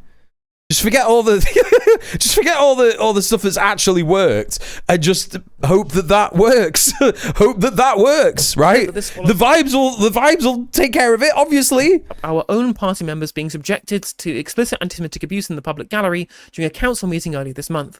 We will continue to stand against anti-Semitism and racism in any form, and stand in solidarity with Zach Polanski against such abuse. Well, I think that's the key, right? Electro Bubble, right? Is that like, yeah, very plausibly he has come from a working class background. However, you can be white and a man and cisgender and heterosexual and still have had a much more privileged life than many other people in this country, yeah, you know, and so even that is gonna be, you know, that's gonna be the whole shit, right? That's his sheltered and bourgeois, maybe not childhood, but certainly when he made his dough, he That's what happened. Gary Stevenson went to LSE. That's all you need to know to understand how full of shit he is. What's LSE? Is that London School of Economics? London School of Economics and Political Science. There you go. London School of Economics and Political Science. He sounds exactly like a fucking political scientist. Political scientists go to school in this country and they study politics that is like, you know, a curriculum based on what the neoliberal government of this country's education standard sets for them, right? So it's literally there, yeah? It's literally there. Like, don't tell anyone how good communism is. Don't tell anyone how good socialism is. Don't tell anyone about the truth about Britain's involvement in various different genocides all over the world in history. Don't talk about how NATO is literally like, you know, an imperialist bloc that is hoarding wealth. And they come out being centrist fucking morons. Of course they do. Of course that's what happens. I'm in a political science class. Yeah, well, Morrigan, at least you watch my stream. I'm not saying that my stream is like the best fucking like, you know, the best way to like learn about politics or whatever, but you're not in an echo chamber that is like clearly what Gary was in, right? You know what I mean? You're not going to sit there and be like, oh, everything they're teaching me in school is correct. You know?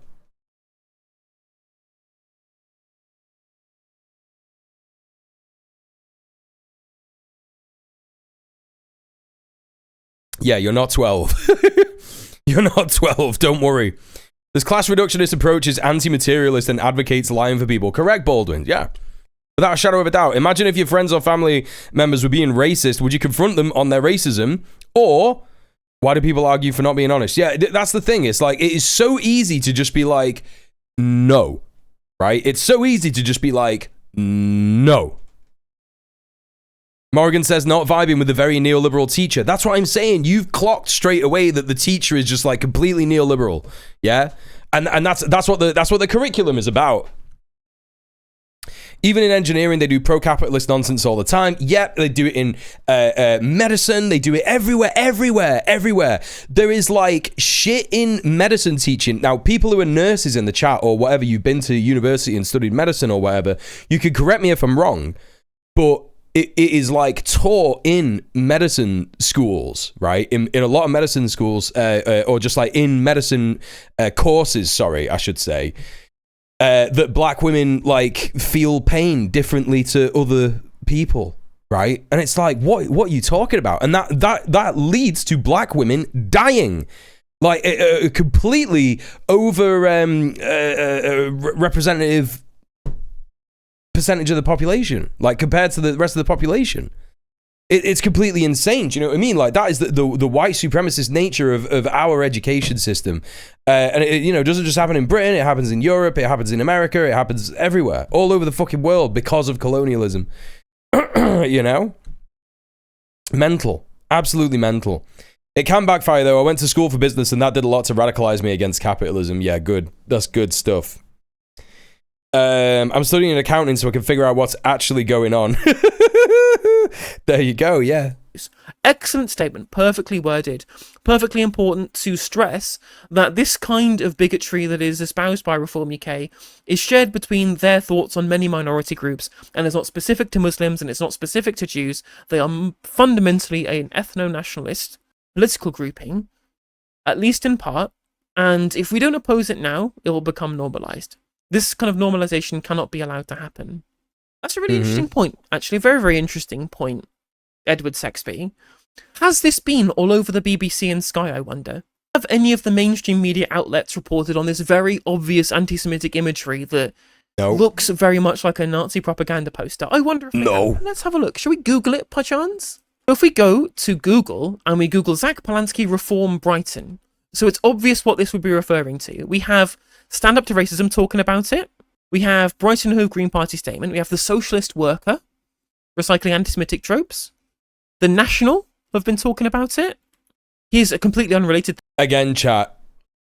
The reason that I always big up the National, the Scottish newspaper, the National, that's why I have respect for them, because they cover things like this. They cover actually pertinent shit, you know? Cancel your TV license if you haven't already. Cancel it. Stop paying it. Just fuck it off. The BBC doesn't deserve anyone's money. It's fucking disgusting. Thing from the BBC. Genocide manufacturing consent machine. So I think the only link that we found so far in the first 2 pages of Google results, the only mainstream outlet that's talking about it was LBC, and they've taken down the article. What? They've taken down the article. What? Tommy Kate accused of echoing Nazi propaganda. Page not found. It's been deleted. Wonder if we can find an article. Page not found. It was a real article.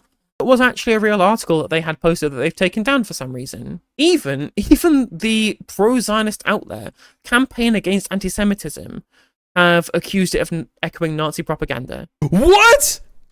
That's crazy.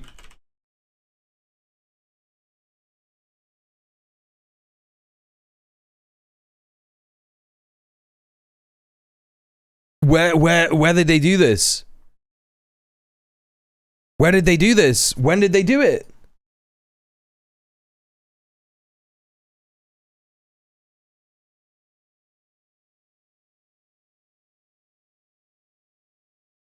News. Latest news. Filter to last 24 hours. How do you... Game instructor, please have no shame. Doesn't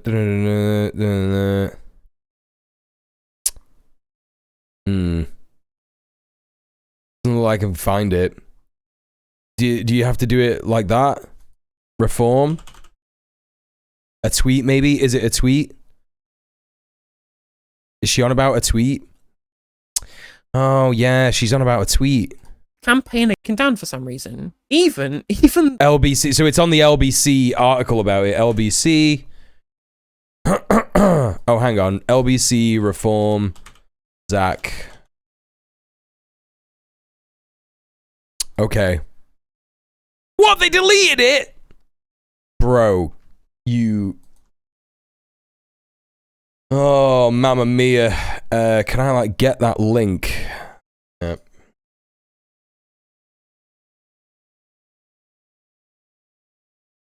Oh, man. Yeah, she did say it. Sorry, I wasn't listening. How's she getting it? What's she got? What is she looking at here? It was actually rated. Wonder if we can find an archive of this. Yeah. It was a real article. She went on archive. Right, okay. So I just have to search. How do I search? Form Zach Polanski. Why did they delete it?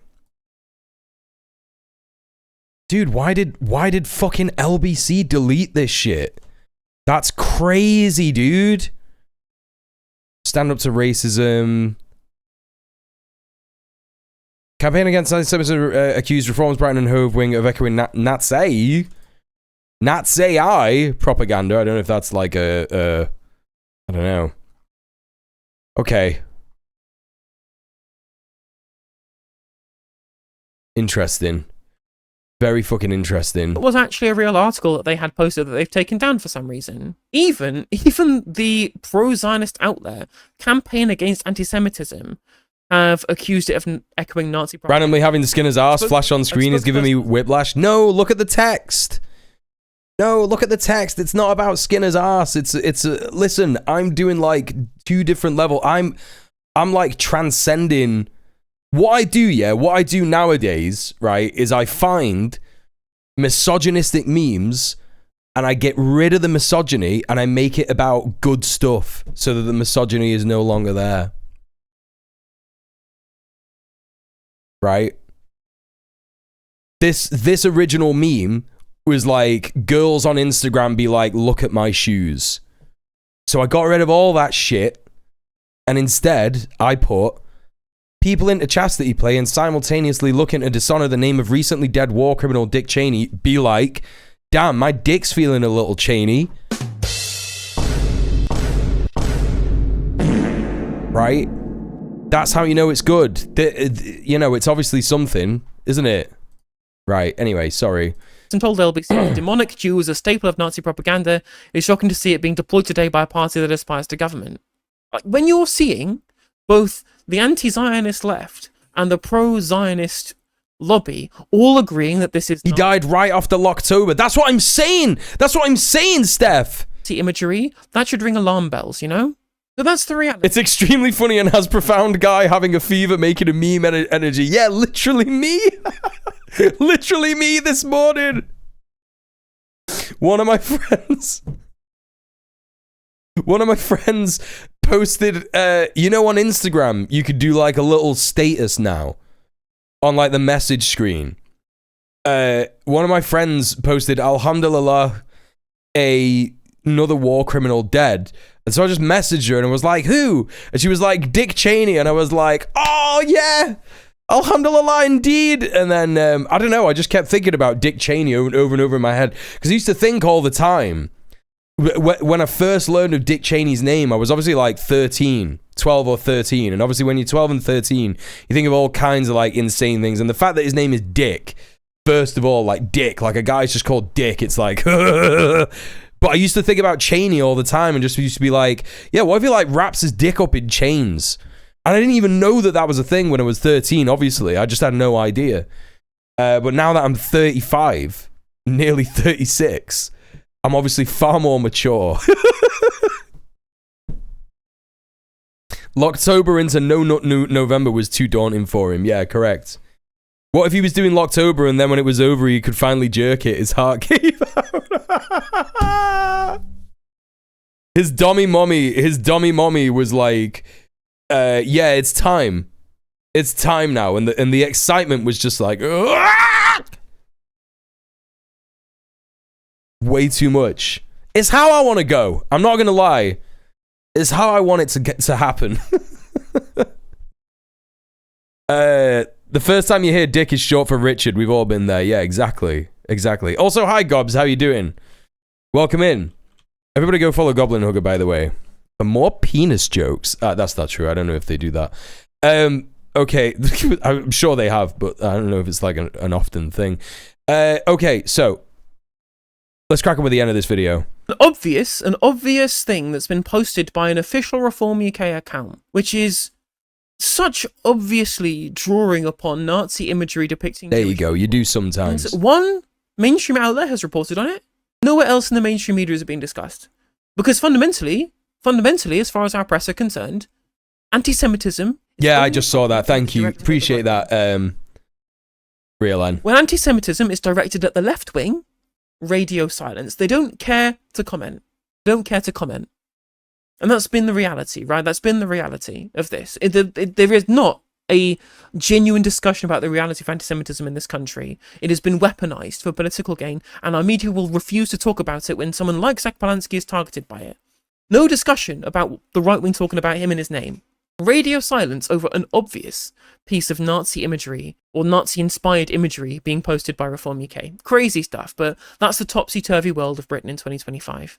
It's fun, innit, chat? Video, make sure that you... It's fun, and yes, you should go and subscribe to Helena. Go and show her some love. She's a great streamer, a great political commentator, pundit.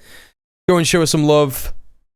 Deserves all of your love. One of the more left wing people over at Novara, I would say. But yeah. Okay, what else do we got here? Some interesting stuff from Britain today. More cool stuff from the Labour Party. I love it. I love it that this is where we're up to.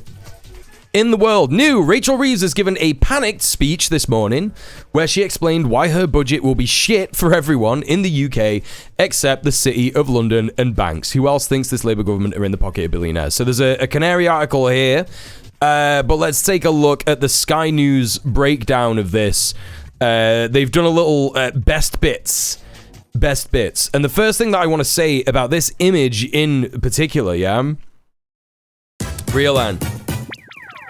Thank you so much for gifting a sub to NinjaCan. Enjoy your ad-free viewing and your remotes. Hell yeah. Thank you so much. Thank you. Hey, no worries, Sid. Thank you for being here. Let's get the sub goal up, actually, so we can see. We got one. That's not right. We've had way more subs than that today. We've already had way more subs than that today. First day of the fucking month and the fucking sub goal is acting up. We got Realan, we got Krill, we got Johnny with the resub, we got Duke of Blonde. We've got like 4. We've got like 4, 5. Because Newt continued their sub. So that should be 5. All right, let me just update this to 5. Because I don't know what the fuck is going on. But Realan, thank you so much. Excuse me, chat. Sorry about that. Still ill. Sub goal. Did the thingamajig, but Twitch didn't show it. Yeah, I don't know why that is. I don't know why that happened. Okay, so 5 out of 80. 5 out of 80. Sub goal. End after. Last of November. Yep, save. Okay, there you go. Right, 5. Brilliant. So, I just like the emotes so much. Yeah, and you want to support me, right? And you want to support me, right? Anyway, so Rachel Reeves, she did a speech today of her new budget, talking about it. This is actually a pre-budget speech, right? Which is crazy, because if you think about it, normally there's a budget speech where the Chancellor is like, everybody's fucked. Yeah? And you like present the budget and you go, this is what's happening. This is all the different stuff. Rachel Reeves has done a pre-budget speech, right? So the budget's going to be delivered on the 26th of November. And Rachel Reeves literally looking like a terrified, if I had any empathy for her, I'd say looking like a terrified, small animal. But really, she just looks like one of the most heinous piece of shits I've ever seen in my entire life. Because of course she is. This woman is part of the fucking Labour government, the genocidal, rape apologist, Labour government, fucking scum. Look at this mad image where she just like got these like massive fucking flags. And, tiny Rachel Reeves here. Strong foundations, secure future. Don't let anyone ever tell you that Labour Party's the same as the Conservative Party. Don't let anyone tell you that the Labour budget's different from the Tory pre-budget speech. Don't let anybody ever tell you the Labour pre-budget speech is different is the same as the Tories pre-budget speech. Right, exactly. Of the Exchequer. At that budget, I will make the choices necessary to deliver strong foundations for our economy. My budget, led by this government's values of fairness and opportunity, and focused entirely on the priorities of the British people. Protecting our NHS. She said it 7 times. Our national debt, and improving the cost of living. She goes to the same speech therapist as... There's a lot of speculation about the choices that I will make. Keir Starmer, innit? Like, they just sound the same. I understand that. These are important choices that will shape the future of our country for years to come. I want people to understand. My God, she's British. Yeah, we're doing British politics. Come on. Principles guiding my choices. She does think she's Thatcher. Yeah, she does. They will be the right choices for our country. We are a country with considerable economic strengths, an open trading economy. Just lying. Just fucking lying straight off the bat. Straight off the bat. A global hub for cutting-edge industries, from AI to biotech. We are not a global hub for cutting-edge industries. Like, chat, we have... Like, this is how fucked Britain is under Labour. This is how fucked Britain is under Labour. Our Chancellor of the fucking Exchequer. This is like the Secretary of the Treasury, right? In US or whatever. Like, she's the money person, right? She does all the budget, everything. All the money that is spent. The country's fucking money, the taxpayer money. She is talking about AI. Like, that's how cooked we are. That's completely how cooked we are. We got graphene, to be fair. No, yeah, absolutely. But the way that she's talking about, like, AI, and it's like, just that, the fact that she says that straight away is just, like, insane. Yeah, we're a global hub for money laundering and Bolivian marching powder. Exactly. Our best import is fucking cocaine. 1,000%. It's just so bizarre. With world-leading universities and scientific institutions, and a talented and a committed workforce. But years of economic mismanagement has limited our country's potential, with long-term issues continually unchecked and potential unrealised. Okay, so here's the bit where she's going to be like, I'm so sorry, the previous government was so bad that we've also got to be bad.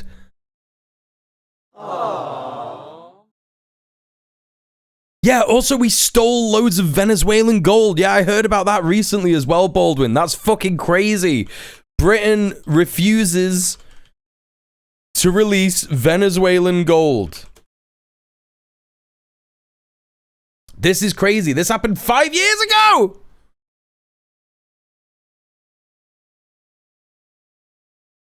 UK court overturns ruling on 1.8 billion of Venezuelan gold. Appeal court sets aside ruling that gold could not be released to Nicolas Maduro backing bank. Right? A battle for the control of more than $1.8 billion worth of Venezuelan gold stored at the Bank of England has swung in favour of the government of Nicolas Maduro after an appeals court in London overturned an earlier High Court ruling concerning whom the UK recognises Venezuela's president. The Court of Appeal granted an appeal by the Banco Central de Venezuela and set aside July's High Court judgment, which had found that Britain's recognition of the opposition leader Juan Guaido as the constitutional interim president of Venezuela. This is how Britain intervenes as the financial organ of the imperial core in regime change. This is how it works, chat. You can see it clear as day here. Clear as day. The imperial core is it's a beast. It's a beast, and we may not be in the belly of it, but we are certainly in the financial organ, whatever you would say that is. You know what I mean? Great job with the pronunciation. Hey, listen, I do my best. The BCB sued the Bank of England in May to recover control of the gold, which has guaranteed it will sell purely to finance Venezuela's response to the coronavirus pandemic. Right, this is during fucking a pandemic as well. The Bank of England, claiming to act independently of the Foreign Office, had refused to release the gold. Right, again, it's like the Bank of England... everyone, it's like it's a misnomer, right? The Bank of England is not the Bank of England. Like, we don't own it. Like, the public don't own the Bank of England, right? But also, we do own it when it suits us. Like, in this case, where the Foreign Office definitely has interfered with what, the privatization of the fucking Bank of England and shit, right? Was Mark Carney there then? What, in Venezuela? I don't know. It cited a British government decision in early 2019 to join dozen nations in backing Guaido. British commercial court will now be required to re-examine the issue. So I think in the end they didn't release it, right? Is that right? Oh, he works for the Bank of England. Is that correct? Is that correct? Yeah, and of course we also do this. Yeah, that's right. This is a great resource, by the way. Mapped campaign against the arms trade. The UK companies arm in Israel, including producers for the F-35 combat aircraft. Yep. Check out that link, chat. Han was telling me about this the other day. Who arms Israel map? Wait, where's the actual map? Oh, here we go. Wow, chat, look at that. Look at all these companies. Look at all these companies in the UK. Look at where they all are. That's crazy. That's crazy. That's crazy that they're just like round the corner. Oh, wow. What's that, chat? One right just out of the center of Manchester. Right there. On the way to Failsworth. Yeah, here's the genocide machine for everybody to see, right? For everybody to see. And it's also got country profiles: Brazil, Nigeria, Saudi Arabia, Oman, Qatar, Bahrain, Turkey, United States, Egypt, United Arab Emirates, Israel, war, oppression, apartheid, Iraq. You know? It's cool stuff. You know, this is who we are. At the budget last year, I fixed the foundations, dealing with the aftermath of Liz Truss's disastrous mini-budget. No, you didn't. And the £22 billion black hole in the public finances left by the previous government. No, you didn't. I put our public finances back on a firm footing. She's looking around with such shifty eyes when she says that. She's like, I definitely fixed things. Provided an urgent cash injection into our faltering public services. Right. No, you didn't. No, you didn't. Like, my neighbor downstairs is an NHS GP, right? And she says to me, when I talk to her about work, right? She says the main place that the NHS was funded was like the data sector of it, right? The data sector. And of course, that's going to be about Palantir and about how they're trying to sell private contracts to Palantir for the NHS to manage NHS patients' data. So we're going to have a war criminal company, that is literally responsible for killing Palestinians, managing our data as patients in the NHS. And my neighbor downstairs says all the time, the place that the NHS needs funding is in primary care. Right? Primary care. And you can tell that primary care doesn't get funded in that, like, when I went to see my granddad in hospital, a few times last month, just gone into a new month, you can see straight away there. You could just see where primary care is not getting the funding that it needs. It doesn't get the staff it needs. I had to ask a member of staff 3 times, bless him, to get like a cup of water. Like, they had a jug for my granddad on his fucking thing like that, right? And his pills. So they had like a jug of water and his pills on the thing, and they were like, right, just make sure you take that. And my granddad's like, just fucking woken up, and he's like, what the fuck is going on? And he just didn't have any water to take his fucking pills with. And I was like, yo, can we get some fucking, can we get some fucking water? We can just get like a cup. We've got the water. We just need a cup. I had to ask him 3 times, and he just like kept saying, fuck, I've just rushed off my feet. Sorry. And it's because there's not enough staff. We need more staff. And of course, because the UK is deporting like tons of migrants who could fill those positions if we were kinder to migrants, because hell, some of them have probably got experience in working in fucking hospitals. Maybe some of them have got medical degrees. Who knows? Then we could fucking actually make the NHS work, right? Yeah, Peter Thiel's trying to find the Antichrist in NHS data, yeah. Yeah, and you should also support this chat as well. Great campaign, no Palantir in the NHS. This is from MedAct. Really good organization. Make sure you sign the open letter. There is an open letter somewhere. I don't know exactly where it is.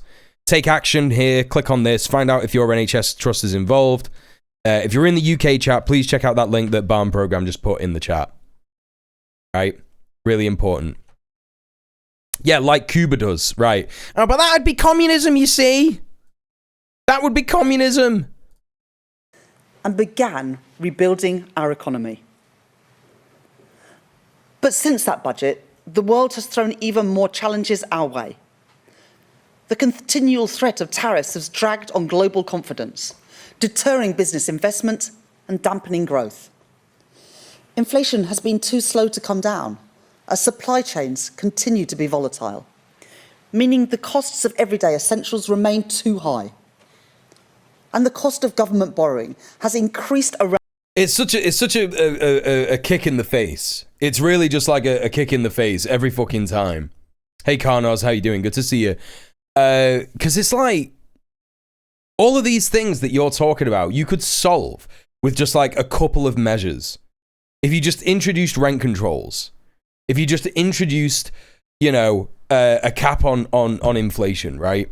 If you were just like, right, you can't raise your prices anymore. You're just not doing that. You're just not allowed to do that. And if you do, you have to pay fines. And those fines, the money from those fines go into public services. Nationalize food banks, make food banks like a national industry, the National Food Service.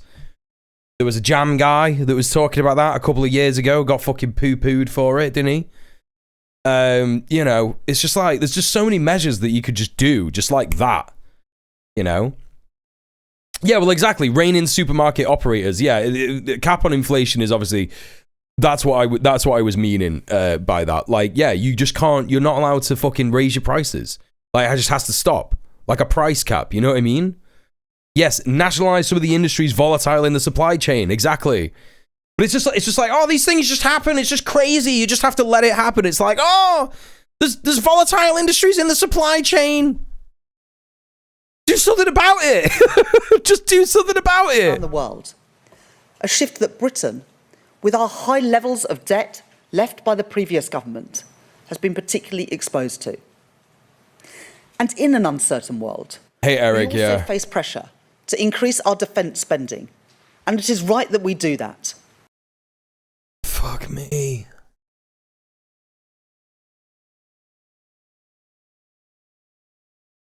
Just the way that she says it is so fucked. In an uncertain world. Exposed to. And in an uncertain world, we also face pressure to increase our defence spending. Who from? Who from, Rachel? Who's been pressurising us to increase our defence spending? Who? Who's been doing that, Rachel? Why don't you say it? I'll tell you why you don't say it. Because it's the paedophile president. That's who's been trying to get us to increase our defense spending. The paedophile fucking fascist president of the United States evil empire, Donald fucking Trump. And she's like, oh, it's an uncertain world. We're facing pressure to increase our defense spending. Just say no. Just say no. We're not doing that. That's the end. That's literally it. And it is right that we do that. It's right that we do that. Explain your reasoning. Write down your reasoning. Protecting ourselves from hostile actors and supporting our allies. Like who? Hostile actor like who? Like, you know, this is fascism. Like, fascism is like there is a hostile element in our, you know, in our world. There's a hostile actor somewhere, and it's evil, right? Oh my god, what are we gonna do? But it's just like, dude, like you are like just creating this fucking idea of an enemy to further imperialism. And it's exactly that, Val, as well, like poking the bear of Russia. Why? Because Russia's got fucking loads of gas reserves. No, exactly, they're fear-mongering about Putin. That's exactly what it is. Hey, Ich bin dead, how are you doing? We're so cooked and so cooked, yeah. And there are other pressures on the public finances. The Prime Minister, the Secretary of Work and Pensions, and this whole government are committed to reforming our welfare state so that it is not a system that counts the costs of failure, but one that invests in success and protects those who need it most. That's disgusting. That's one of the most disgusting things I've ever heard a Chancellor of the Exchequer say. She should resign just based on that. It's not one that counts the costs of failure.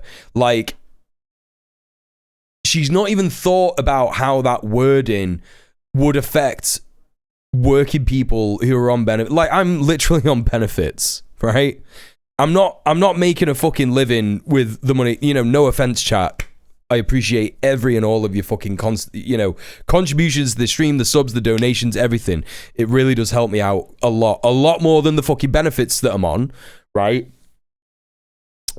But you know, there's no way, there's no fucking way. And like, to say that it is failure that is the reason that I need to be on benefits and that anyone else in the UK needs to be on benefits, it's spit in the eye.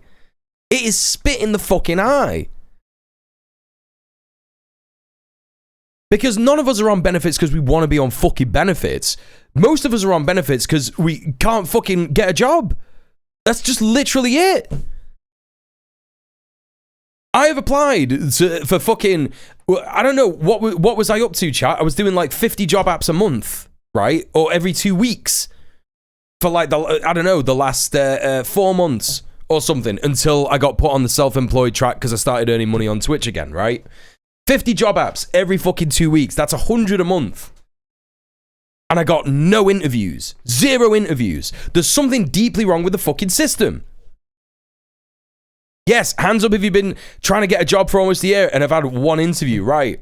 I don't even think I've had 1. I think I got offered 1, but I completely fucking forgot to do it. But again, it's like, it was this job that I didn't even fucking want. You know?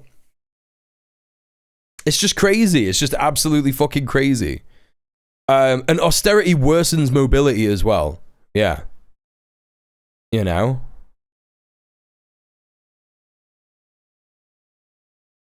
I got one because of a disability confidence scheme, yeah.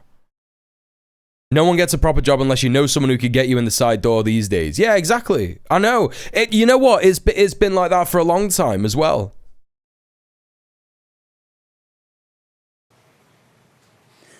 There is nothing progressive about refusing to reform a system that is leaving 1 in 8 young people. The UK economy is in the absolute shit because of people like this.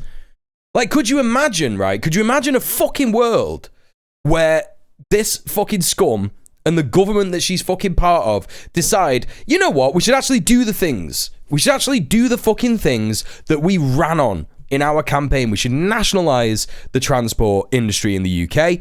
That would create fucking hundreds of jobs, yeah?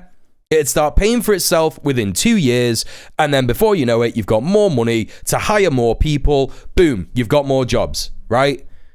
Nationalise the fucking energy industry, start a just transition into green energy. That creates more jobs. Nationalise the fucking water company, do a clean-up of all the fucking shit that the Tories let happen with all the cronyism and the privatisation of water.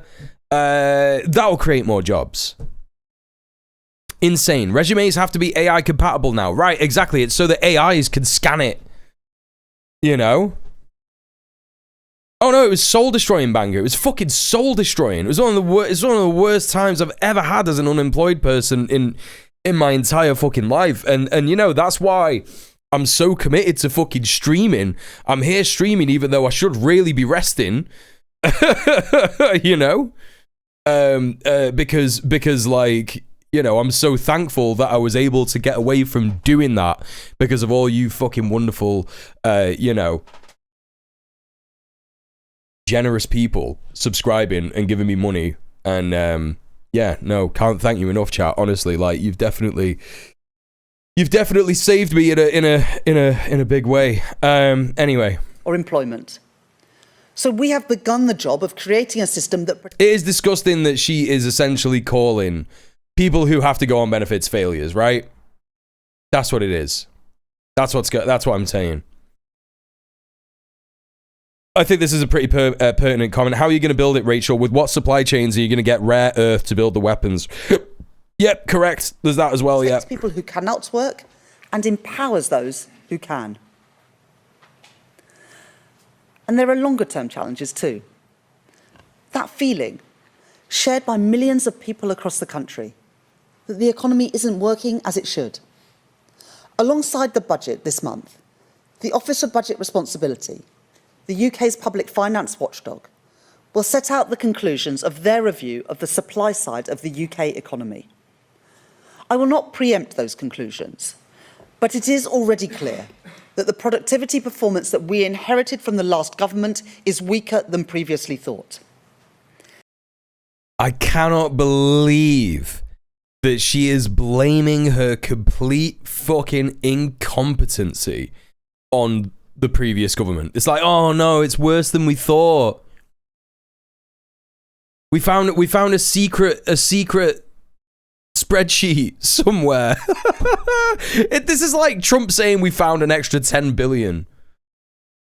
Right? Do you remember in that speech, like, I think it last week that we watched it, or the week before, and Trump was like, I was speaking to one of my staffers, he said, we found an extra 10 billion. I said, is that a good 10 billion or a bad 10 billion? He said, it's a good one, it's a good one.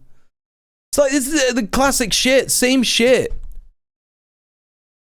Amazon plans to automate 75% of its warehouse operations by 2033, effectively replacing 600,000 workers with robots and AI. Right, exactly. A second Prince Andrew has hit the fucking palace, yeah. Yeah, it's good stuff. Wait, are you talking about breaking news? Middle-earth Marxist? A less productive economy is one that produces less output per hour worked. Yeah, it's no different from the Tories talking about the empty treasury for 14 fucking years, yeah. Gordon Brown ruined the economy. It's like, no, bro, you've had 14 years. What do you mean? Consequences for working people, for their jobs, and for their wages. And it has consequences for I was going to say too, in lower tax receipts. It's not a question of how hard people work. Poor productivity means that we're putting in more, but getting out less. The proles are just not productive enough. That's all it is. That's all it is, conference. It means too many businesses and workers don't have the tools that they need. Trains that run on time, broadband that's fast and reliable, access to new technologies, or proper training so people have the right skills for the job. For a long time, commentators have talked about Britain's productivity puzzle.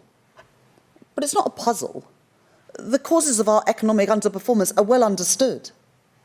The chronic... Yeah, it's because you're a fucking capitalist, neoliberal imperialist. stop-go cycle of public investment has left us with roads full of potholes, high energy prices, and unstable conditions for vital business investment in skills and technology. Right, so what are you going to do about it? Long-term failure to invest in our regions has built growth on a narrow base, with some parts of the country forging ahead, while others fall behind. This has always been the case. It's so fucking annoying. Listen, I know that most of the people in my chat who are like living in London are not going to be like rich Londoners, you know what I mean? But you probably, you know, you probably have the same fucking material conditions that I do, right? And people outside London.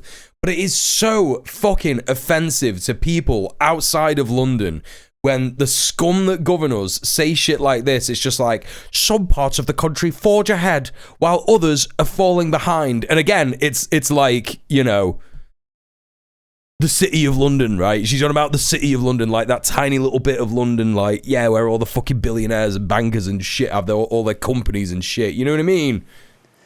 The truth is that previous governments have not adequately faced up to these challenges. So what are you going to do? So what are you going to do? Often, political convenience has been prioritised over economic imperative. The decision to pursue a policy of austerity after the financial crisis dealt a hammer blow to our economy.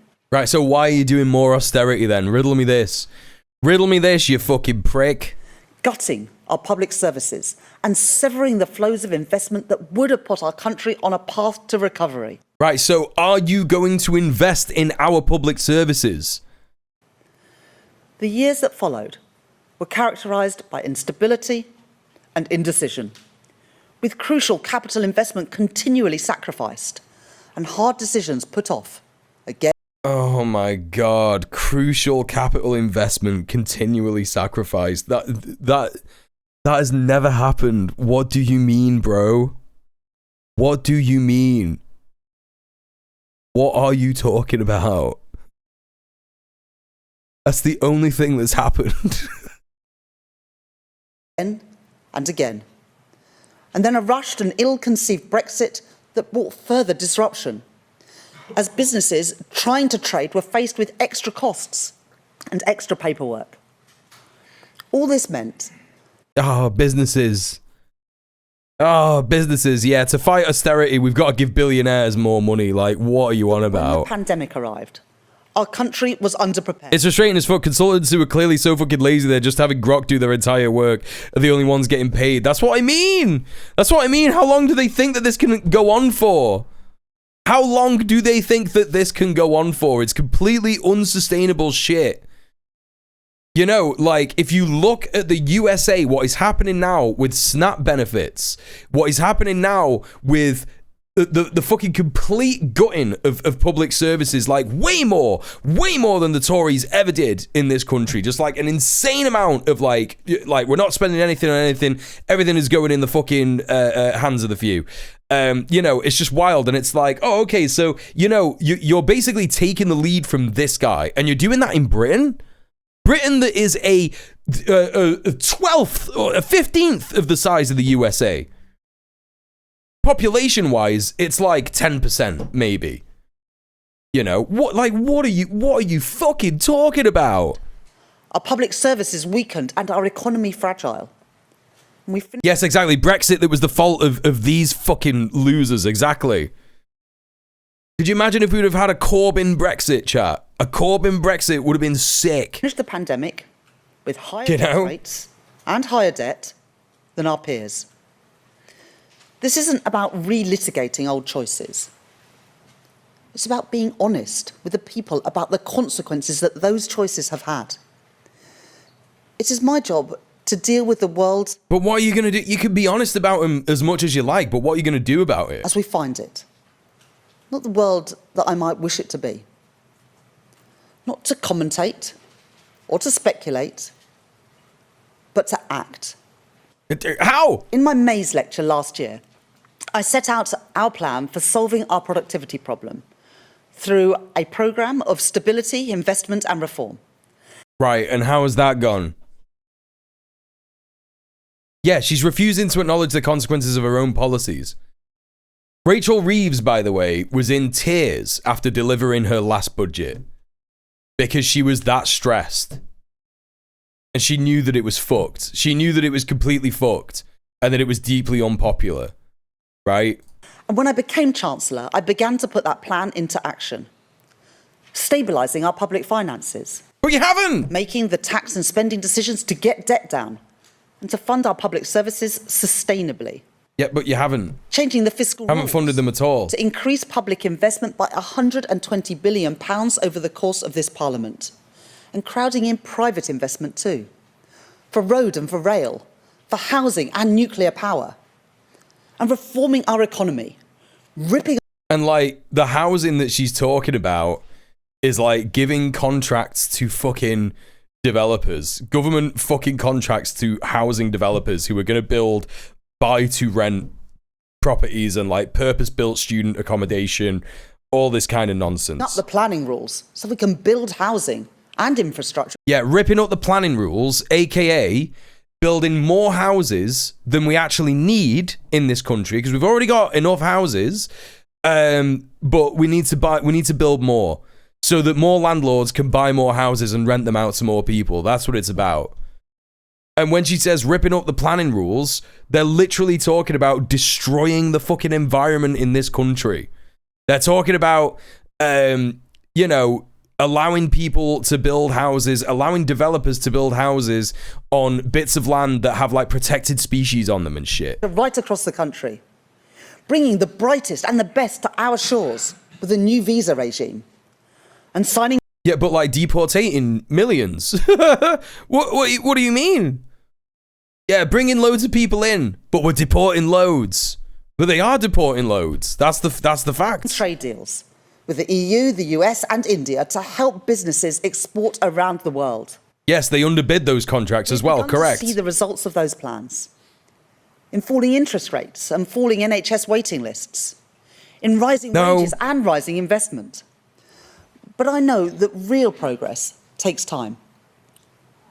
Our growth was the fastest in the G7 in the first half of this year.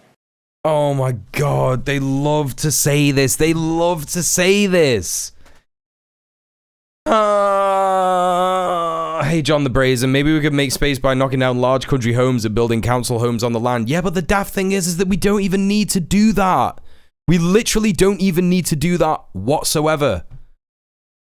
Do you know what I mean? We don't need to do that at all. Like, we've got more than enough houses for people to live in.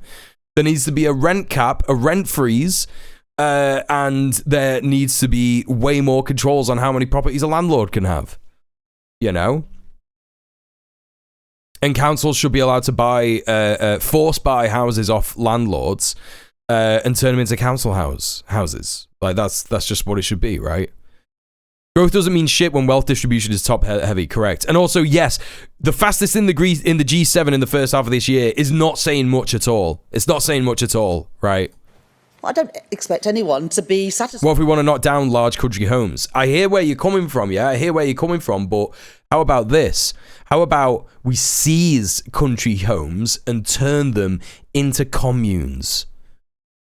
What about that? What about we seize large country homes, house the homeless in them, give them the tools that they need to farm the land around them, create permaculture gardens, yeah? All of a sudden, housing crisis solved, yeah? That's what it is. With growth of 1%. I'm not. And I know that there is more to do. The first part of our planning reforms will add an additional £6.8 billion. Let me have one of those massive lawns. In the next 5 years. But the next part, our planning bill, must complete its passage through Parliament before it can make a difference. Interest rates, which rose from 0.1% to 5.25% in the last Parliament, have now been cut 5 times. Yep, solar panels. They are still a constraint on business borrowing and a burden on family finances. Inflation is already much lower than the double digits seen under the previous government. Doesn't matter, because everyone's had a real terms pay cut.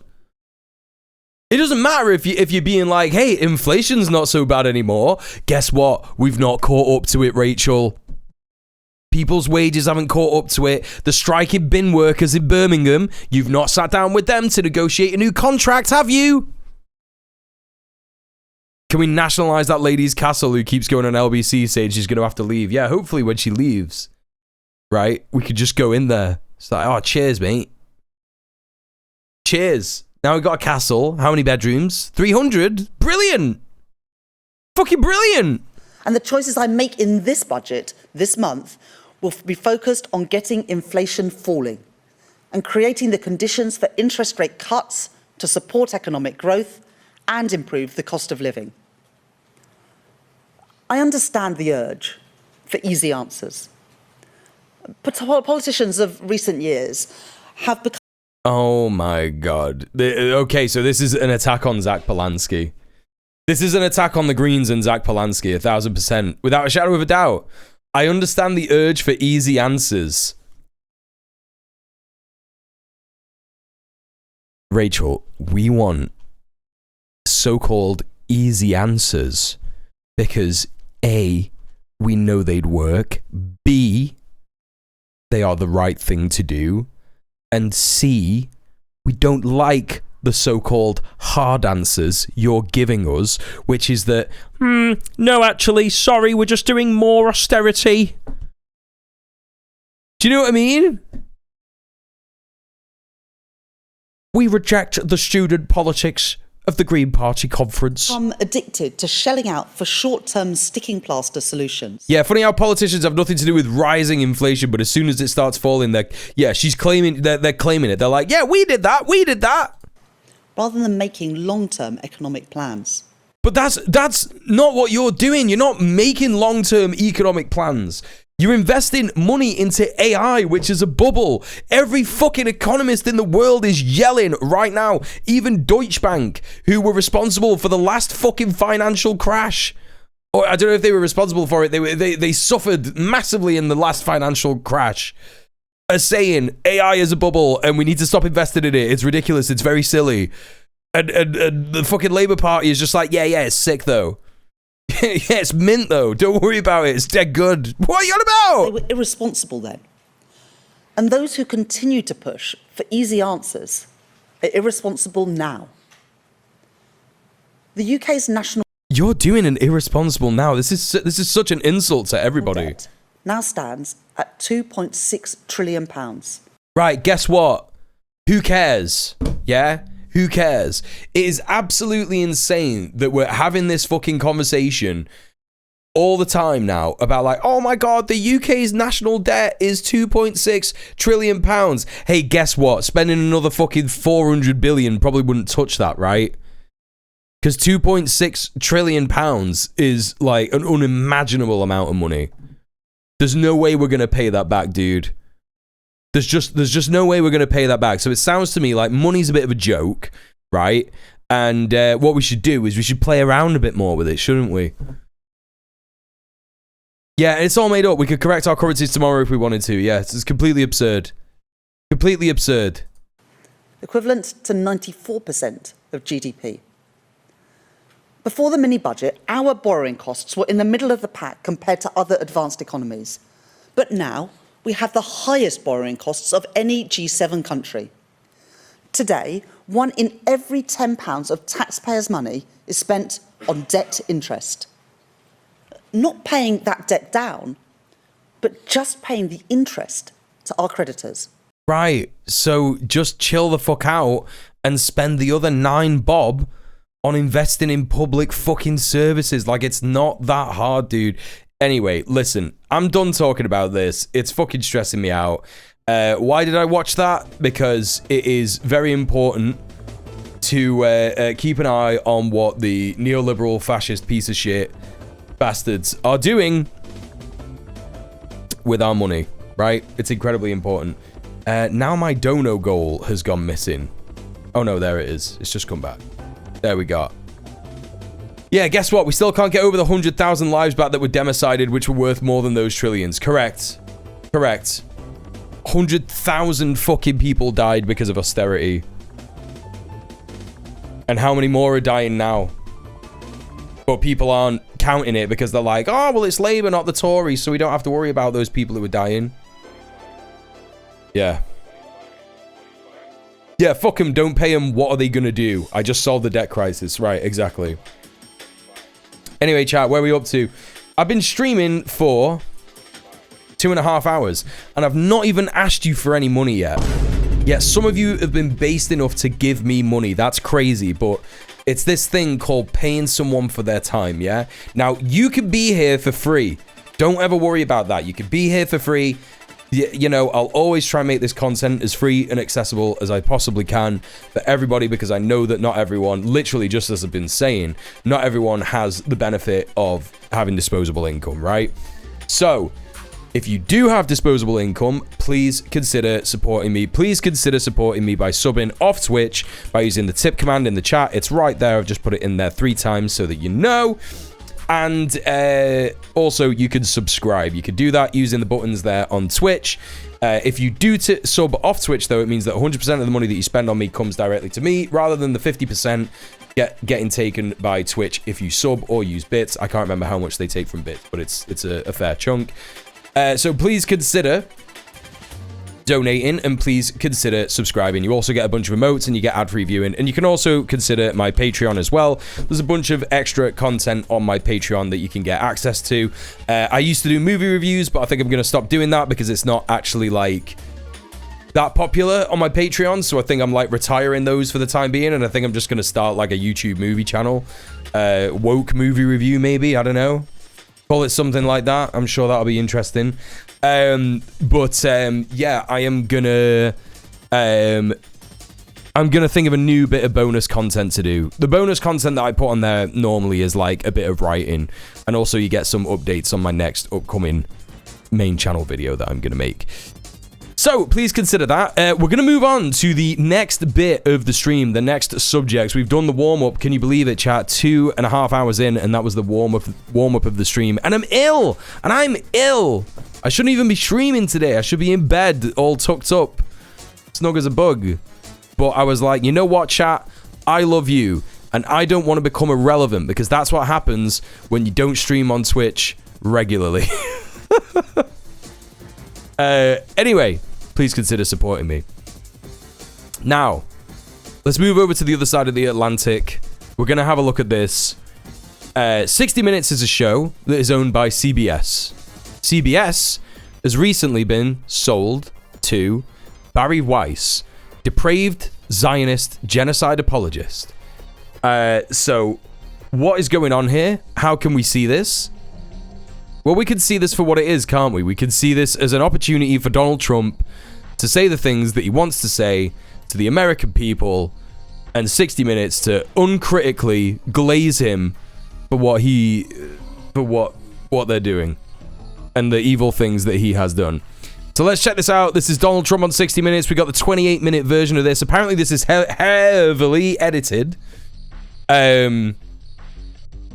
Oh, Larry Ellison. Sorry, Larry Ellison owns CBS, but Barry Weiss is the head editor, right? Yes, he hired Barry Weiss. Yes. Yeah. And of course, Larry Ellison is also a depraved Zionist piece of shit, rape apologist, scumbag, probably a pedophile, probably went on Epstein's flight lists, probably was there, right? So let's take a little look and see what is going on with Trump on 60 Minutes. I can't wait. Don't know about you, chat, but I can't wait. Just vote. We're completely... This is out of our hands. We're not the government. Have you seen the thing that they posted on the USDA main page to tell folks why no SNAP benefits this month? USDA SNAP.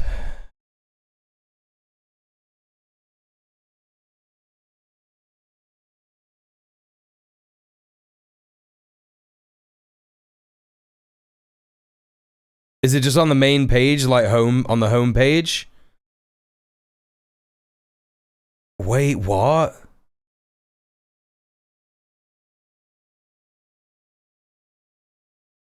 Help me navigate. Gobs, help me navigate. Is it this bit? Senate Democrats have voted 14 times against reopening the government. This compromises not only SNAP, but farm programs, food inspection, animal and plant disease protection, rural development, protecting federal lands, Senate Democrats withholding services to the American people in exchange for healthcare. Oh. It's so insane. Wait, what? In exchange for healthcare for illegals, gender mutilation, and unknown leverage points. What the fuck? Clown World! This is Clown World shit! Gender mutilation! Doesn't even make sense! The abstract concepts of gender. Mutilated! just mutilated! This is the US official Department of Agriculture website. Gender mutilation is, funnily enough, like, you know, it's what we want, right? It's literally what we want. Like, abolish the idea of gender. It's a very early feminist concept. It's very like 1970s feminism.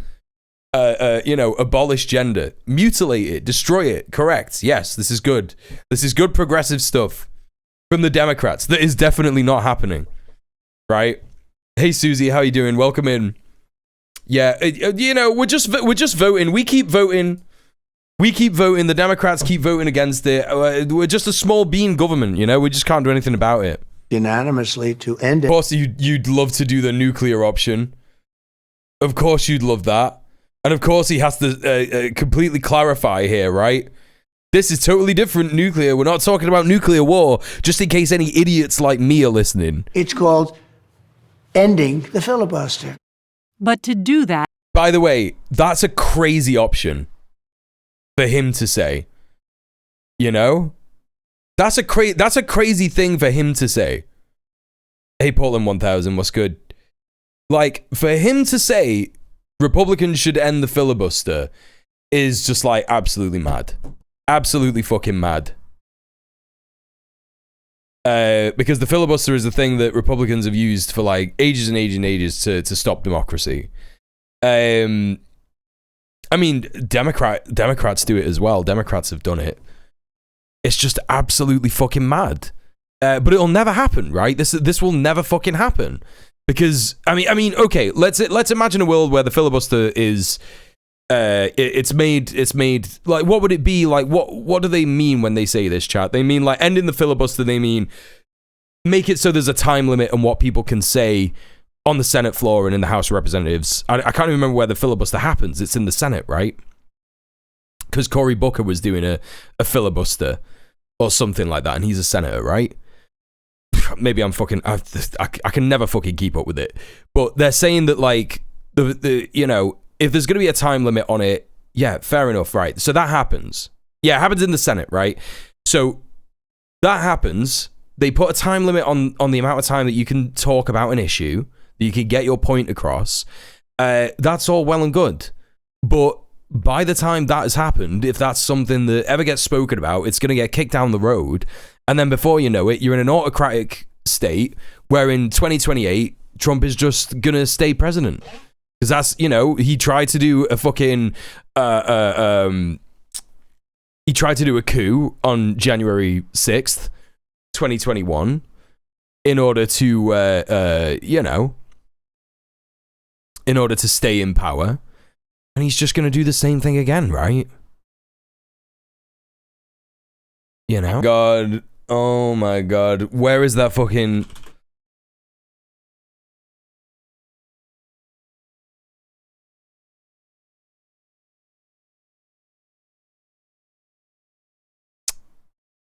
Where's that one website? Livestocks chart?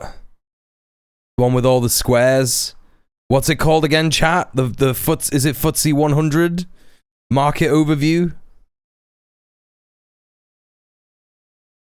Stock market daily view, stock market performance past day. Squares. God, I'm gonna have to like pin this chat. Stock market map. Here we go. The stock market map. Oh my god. Wait, what? Wait, hang on a minute. Let's go for like the fucking month performance. Fucking Facebook Meta has lost like 12% over the last month. That's mad. That's absolutely mad. This is more red than green. Like obviously Nvidia, AVGO. So these are the Mag 7, like Microsoft, Oracle, Palantir, Apple, Amazon. It's mad that Oracle has lost 14%. Right? That's mad. Actually. That's crazy. I mean, look, to be clear, the reason that I'm looking at this stuff, Middle-earth Marxist, I know that the stock market isn't real, but it is real to the capitalists, isn't it? Right? I know that we're looking at trillions of dollars here, and 12% of trillions of dollars is a lot. Right? That's a lot. The reason that I am looking at this with such interest recently is because of the AI bubble. So even these plus numbers, yeah, listen, fuck Gary's economics, yeah? Muel's fucking Marxist economics, yeah? Right? Muel's Marxist economics. None of these numbers really matter for the working person, right? It doesn't matter, yeah? It doesn't matter. However, it definitely matters to the fucking billionaires who own this money. Yeah, exactly, Commie Gardener. Welcome to the stream. It's both real and not real. It's real to the billionaires who are our enemies, right? Who are hoarding all the wealth in the world, who are making our life shit, who are funding genocides, etc., etc. Palantir, number one. Yeah? Oracle as well. Microsoft. All of these companies. Google, Meta, Amazon, Apple, Oracle, Microsoft, Nvidia, the Mag 7, Magnificent 7. Yeah? They're literally all complicit in the genocide in Gaza. Every single one of them. They all invest in Israeli weapons. They all build Israeli weapons, ship them, etc. Yada, yada, yada. Right? So, important to remember, right? Important to remember that even the plus numbers here is bad. Yeah? Even the plus numbers on the Mag 7 is bad. Because if you look, I want to show you like a visualization. AI bubble visualized. I saw this recently. And it was pretty interesting. The reason that it is called a bubble is because of the back and forth between the different companies, right? So some of these companies that I was just talking about, they're all here. So all the names are here. Microsoft, Nvidia, Oracle. Do we got another one here? Intel is one here that's not mentioned, not one that I've been talking about. But obviously, Intel is definitely complicit, right? Complicit in the genocide in Gaza. This is what it looks like. So, hardware, software, investment, services, venture capital, they're all giving money and investing money in each other over and over and over and over and over again. Meanwhile, they're getting cash injections from all the fucking neoliberal fascist capitalist governments of the imperial core, giving them loads and loads of dough. OpenAI to deploy 6 gigawatts of AMD GPUs. AMD gives OpenAI option to buy up to 160 million shares. So that's, you know, you scratch my back, I'll scratch yours. Right? Oracle spends tens of billions on NVIDIA chips. Nvidia invests in OpenAI. OpenAI agrees to invest up to $100 billion in OpenAI. And OpenAI links a $300 billion cloud deal with Oracle. So it's all this moving money back and forth between these different fucking companies. So as soon as something goes wrong and one of these companies starts to fail hard, and it might be Meta. It might be Meta, because this is more than what it was a couple of weeks ago, right? Spotify is really suffering. A lot of this stuff will be to do with consumer boycotts as well, and popularization of the boycotts and the complicity in genocide and shit like that, right? So Meta and Spotify doing really bad in terms of that. Now, if this trend continues, it could be Meta that is the company that starts the implosion of the AI bubble, right? And what that means is once people realize that the reason that Meta's stocks are going down is because of AI, all the other companies that have invested in AI are just going to take a tanking as well, right? Now, of course, that means terrible things for the rest of us, but it also means that billionaires will suffer. Yay! Right? Yay! Right? So she's right. She is right. What does that mean? What level up is there to the National Guard? Because right now he's got his like personal Gestapo of the ICE agents, right? And on top of that, he's like, all right, well, ICE isn't really working. There's too many protesters. They're stopping ICE from doing their job. We're going to send in the National Guard. And that has been his problem solving for, you know, for that. And now he's like, yeah, well, we might send in a level up more than the National Guard. What is that? I can't wait to hear what he says. More than the National Guard. Well, if you had to send in the Army or if you had to send in the Marines, I'd do that in a heartbeat. You know? If you had to send in the Army, if you had to send in the Marines, I'd do that in a heartbeat. Okay then, dude. Like, good luck, by the way. Good luck. Because at the moment, the US is saying it's going to go to war on 5 fronts, right? Because it's been Colombia, Venezuela. That's going to happen at some point this week. For some reason, Nigeria is getting it recently because apparently they're murdering loads of Christians in Nigeria. And again, I was watching Marcus's stream yesterday, and as he said, quite rightly, the image of Christians is, you know, just white people, but they're black Christians, right? In Nigeria, of course they are, yeah. But you know, white people in America are not thinking that. They're thinking, oh no, poor white Christians in Nigeria, they're all getting murdered. That's just what happens in Africa. It's so savage, right?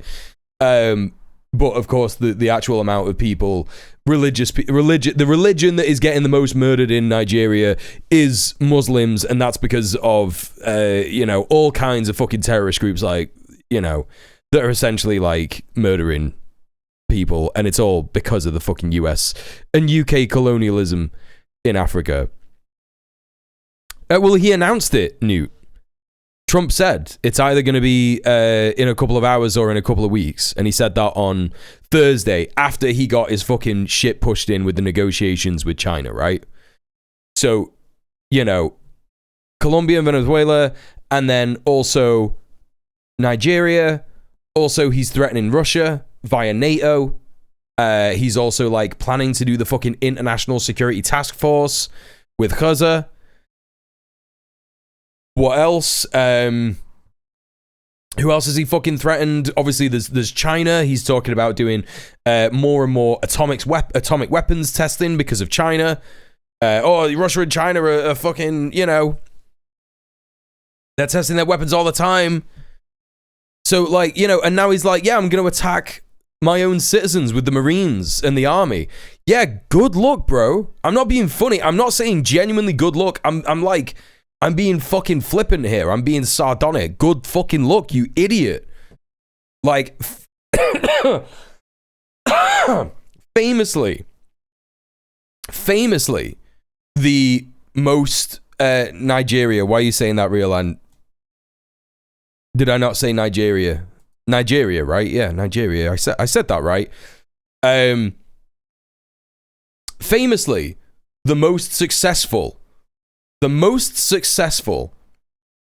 campaigns in history have been when an insane fascist country led by an idiot, right? Crazy that they don't even talk about Sliwa, my guy, my goat. He doesn't even have to fucking say.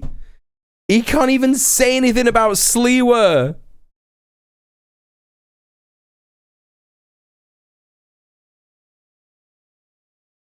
Is there anyone ever that talks about themselves like Trump does? I swear my ex is a beautiful man who was a narcissist. At least he had a reason. He's a narcissist. I think that, like, it doesn't matter what you look like, right? If you're a narcissist, you're a narcissist, and you just think, you know, all that matters is me, and I'm beautiful, and I'm a beautiful boy. I've always been told I'm a beautiful boy. I'm a beautiful boy, right? And that's what he thinks. He just thinks that. He doesn't know who Sliwa is, but he should. He's in his party. That's the crazy thing. That's the crazy thing. I saw let me see if I can find a fucking the tweet that I saw earlier.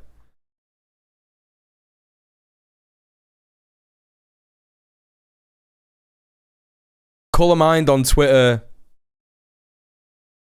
Colormind's a great creator. Highly recommend.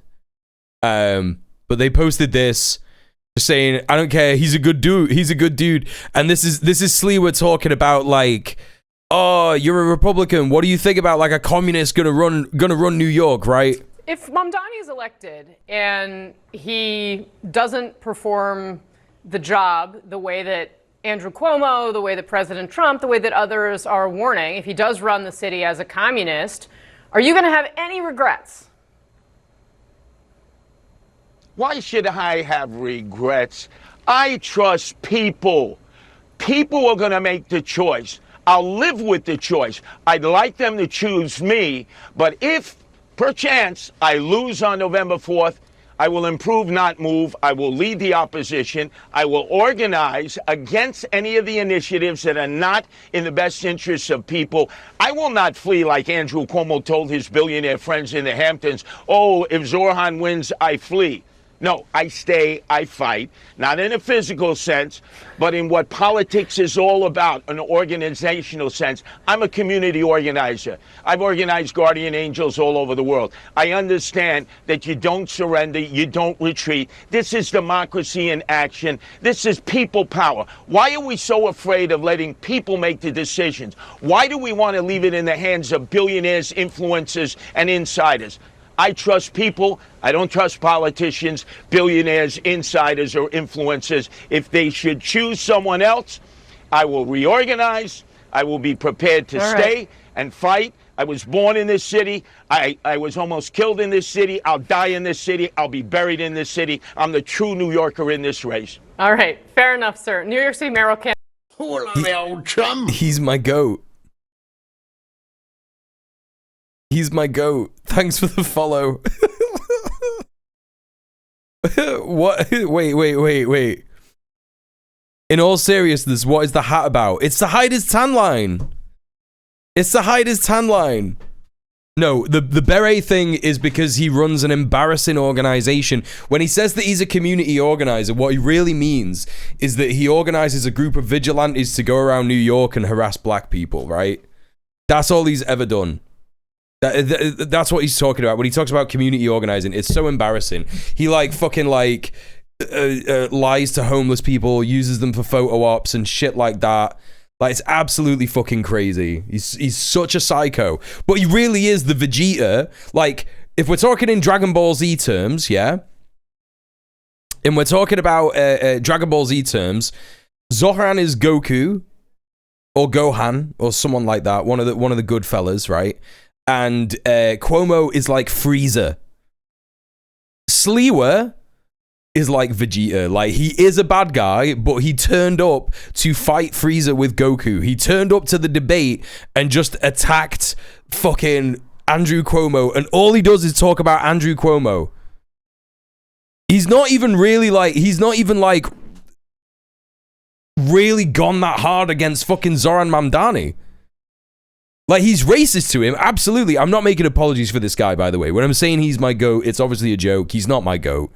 But like, you know, I want to find his special fucking motto. His special motto. Eric. Oh, here we go. Items is damaged goods. Every day, a new case of corruption in the police department. They believe he's corrupt. Andrew Cuomo is a creep, slapping fannies and killing grannies.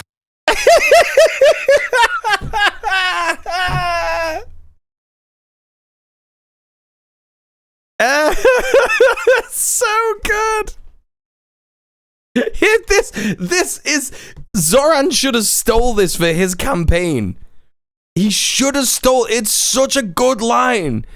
It is such a good line. I can't even believe it. Slapping fannies and killing grannies. Like, in that accent, it's great. Case of corruption in the police department. They believe he's corrupt. Andrew Cuomo is a creep, slapping fannies and killing grannies. It's so good. It's so good. Oh, Jesus Christ. He reminds me of the old Command and Conquer cutscenes. Someone sent me there's a Command and Conquer meme of him out there. Someone sent it to me. I can't remember. Where was that? What the fuck is a fannies? He means ass. He means like slapping ass, slapping a fanny. Right? He's an OG Dragon Ball Red Ribbon Army guy. Yeah, he is. He's that weak, like, compared to Goku in the future, right? Yeah, it's American. It's American for bottom. You haven't heard that before? It's so good. Put it on a t-shirt. But in Britland, fanny is vagina. I mean, Cuomo probably did that, right? He probably it still stands, right? Command and Conquer. Who showed me that? Command and Conquer. Curtis Slewer. I think it was Sophie. There is a meme. There is literally. I'm gonna have to find it on my phone. Let's carry on with the Trump shit. Recently.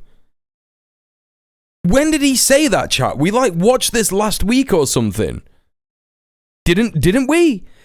When he was like going around like that. I know he's senile, but like that's well, he's okay. He's exhibiting normal human behavior that happens when you get to an age when you realize, shit, I've not got many years left, right? Where you go, shit, I should start to appreciate the world around me. And he's talking about like, so we've seen him outside recently, and he's been saying things like, oh, it's a beautiful day. Was it when he had that like that party at the Rose Garden or something? Was it that? Right? He was saying, look at the beautiful sky. It's a beautiful day today. Look at the beautiful stuff. Like, there's trees and all this stuff. And we were there going like, what the fuck? What the fuck are you talking about? You know? The Generation 6 Chinese jets are designed around having drone wingmen. The Americans will not know what hit them. Yeah, no, exactly. I think that's what it is. You know, this is fascism, right? And again, I think that like we can look at capitalism in terms of... industrialization happened in Britain, right? And the reason that it could happen was because of slavery. Slavery happened because of colonialism, right? So you got colonialism that happened, slavery as a result of that, genocide that happened as a result of that, like the first sort of like major fucking genocide that started to happen, I guess like in the last 500 years was the genocide of Native Americans, genocides of Africans, places like Nigeria and stuff like that, like imperialist sort of Victorian era Germany did the genocides in, was it Namibia, I think,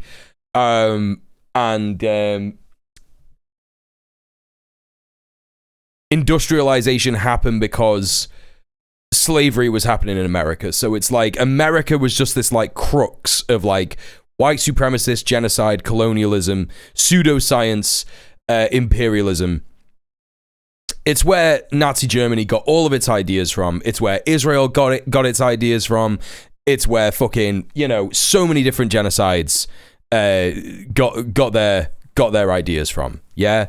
And now we're reaching the end of its life, and we can look at what is going to happen with the USA in the same way that we can look at what happened with Nazi Germany. Nazi Germany tried to fight way too many people at once because it got fucking way too big for its boots. It collapsed. That's what's going to happen with the USA.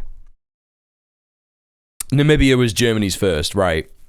I remember a long time ago that someone said to me, and I think it was on the internet, and I think when you're on the internet, you can sometimes get like a little bit like, you know, when someone says something like this to you on the internet, you can get a little bit like, oh, fucking hell, I don't know what to say about this, and like, I'm not sure because it challenges what I know. But someone said to me on the internet, I think it was in this chat, like, and I think I was talking about the Holocaust in Germany of Jewish people and queers, and someone was like, yeah, but there's like, I think someone just said, I hate the way that Holocaust gets talked about as the worst thing ever. And it was maybe 2018 or 2019 when I just started doing political streams, and I had no idea what that person meant. And then it was maybe like a year or two later that I found out about Namibia, and I was like, oh, that's what they meant, because that person was clearly black, right? And black people will say this often because it's like Namibia's genocide was like so fucking disgusting. Like easily one of the biggest crimes against humanity that you could possibly imagine. Namibia genocide, let's take a look here. Namibia genocide. The Herero and Nama genocide. Let's take a look here.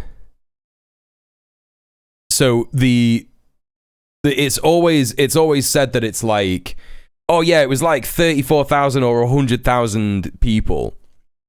But I think that the Namibian NGOs who've researched it are like, yeah, nah, actually, it was way more than that. It was more like fucking 10 million, right? Or something like that. I don't know. But anyway, I never understood. I never understood why people said that, right? I never ever understood why people said that, but I completely understood it. And then you look at other genocides like in Congo and shit like that, and just the amount of genocides that have been committed in Africa over the last, the last 500 years. It's just so evil. So anyway, yeah, bit stunlock there, but it's always important to mention, I think. Anyway, whether true, the bloodiest land war in Europe since World War II. Is Bosnia and Herzegovina just like, does that just like not happen? Like the genocide in Bosnia just not happen? Or the Srebrenica or whatever, did that just like not happen? Like, sorry, like what? Like, what are you talking about? Wars. President Trump wanted to make sure we saw the list of 8 international conflicts. What? He printed off a tweet? President Trump wanted to make sure we saw the list of 8 international. Well, it's not a tweet, it's like an image. He printed off an image. He's got this in his pocket. He looks at this when he's in the toilet. He looks at this when he's in the toilet. This is crazy. This is fucking crazy. Conflicts. He says, the president of peace, 8 wars ended in 8 months. Cambodia and Thailand, Kosovo and Serbia, DRC and Rwanda, Pakistan and India, Israel and Iran, Egypt and Ethiopia, Armenia and Azerbaijan, Israel and Hamas. No, you didn't, dude. Also, not saying Palestine there. Interesting. He can't remember which countries he's supposed to say. Yeah, that's right. That's definitely right. Because when he said Armenia, he said Albania. He said Albania, didn't he? He was like Azerbaijan and Albania. Crazy. He's been able to. And also, that's definitely not done at all. None of these are done. None of these are over at all. Cambodia and Thailand are still fighting. There's still border disputes happening there. Kosovo and Serbia. I saw some news about that this week. Where like Kosovo and I think actually Albania. It was Kosovo and Albania. They're saying like, oh yeah, sweet, we're gonna ally and we're gonna do the fucking Kosovan or Albanian ethnic sort of cleansing shit, right? I don't know. And Pakistan and India are definitely not done fighting over fucking Kashmir, man. Like, it's just not going to stop. Like, it's been a disputed territory for fucking years. Egypt and Ethiopia, I'm not going to lie, that's like a blind spot for me. I don't know what the fuck that is. It could be made up for all I know. Israel and Iran. Israel is definitely going to attack Iran.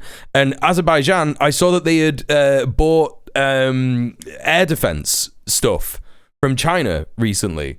So, I don't know, man. It sounds like it's nothing to do.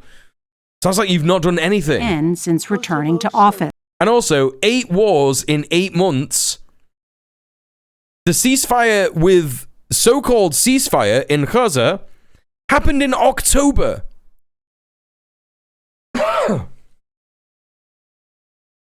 What do you mean? Is it just because he started 7 months ago? Mental. Anyway, absolutely mental. Literally, the leaders of many of these countries have said it's not true. Yes, it's just 2 Russian missile destroyers off the coast of Caracas. They could carry the Zircon carrier killer. One can split the Ford in half. Have you got a link for that, Karnaz? One F-35 gets taken down by a SAM and they come running back home. Yeah, probably. Also, did you hear this? Look at how many Reapers Ansar Allah downed. Yeah, exactly. Yo. 2 F-35s fall off. This happened recently, right?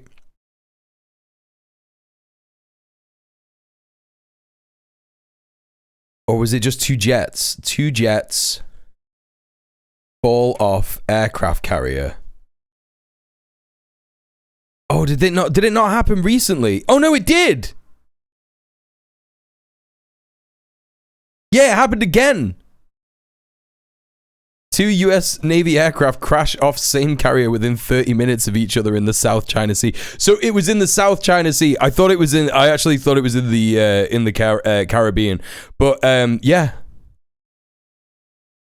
A pair of aircraft assigned to the USS Nimitz went down during routine operations in the South China Sea, with all 5 crew members recovered by search and rescue teams. Here's the thing.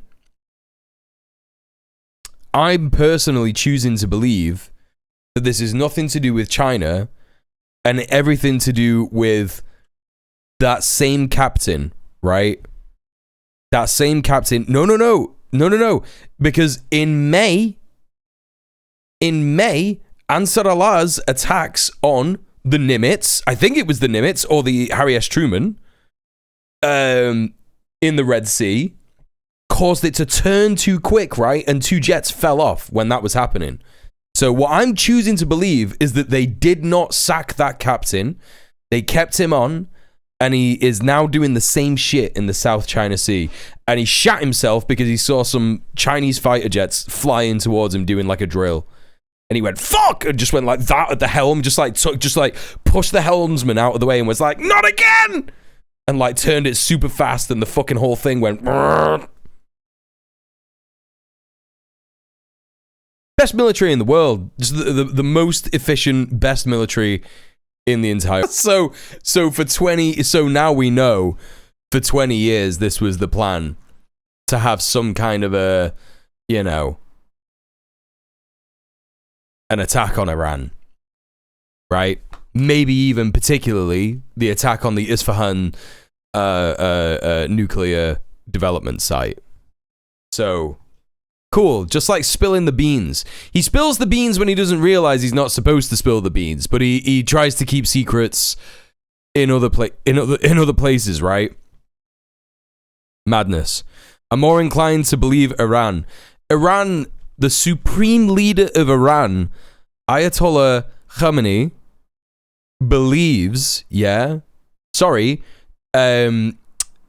respects women more than Trump could ever even dream.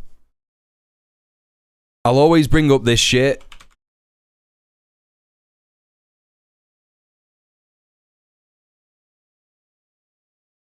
I bet I won't even have to go that far. I bet I won't even have to fucking go that far to find. Oh, he tweets every day. He tweets every fucking day. Chat, if you ever want to get a little bit of hopium, look at the way Hughmiliation tweets. Some people ask, will we never have relations with the US? The US's arrogant nature accepts nothing other than submission. The current US president has stated this and exposed the US's inner nature. What would be the meaning of such a surrender by a nation like Iran?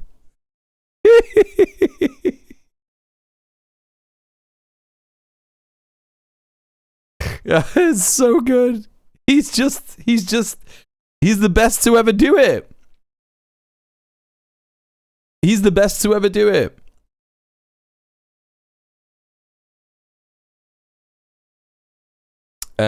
Let's take a little look here. This is great. This is great. Look, he's bigging up the fucking, he's bigging up the No Kings protests. This is crazy. According to the report, 7 million people are chanting slogans against this individual in different states across America. If you're that capable, calm them down, send them back to their residencies, and don't interfere in the affairs of other countries. He's taking the piss. He's taking the piss. It's great. He's like, yeah, if you're that good, quash the rebellion, bro. If you're that good, quash the rebellion. Let's see you do it. You won't. Incredible. I want to see the particular tweets. Here we go. Here we go. Here we go. Here we go.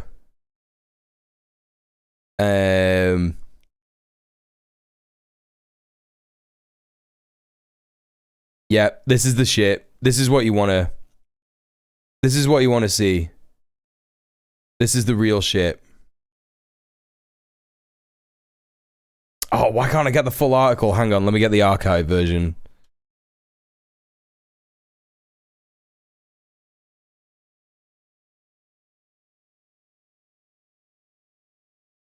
Wait, what? Number 257 in queue? Surely this is... Oh, chat, it's taken a long time for me to get this. Oh, no.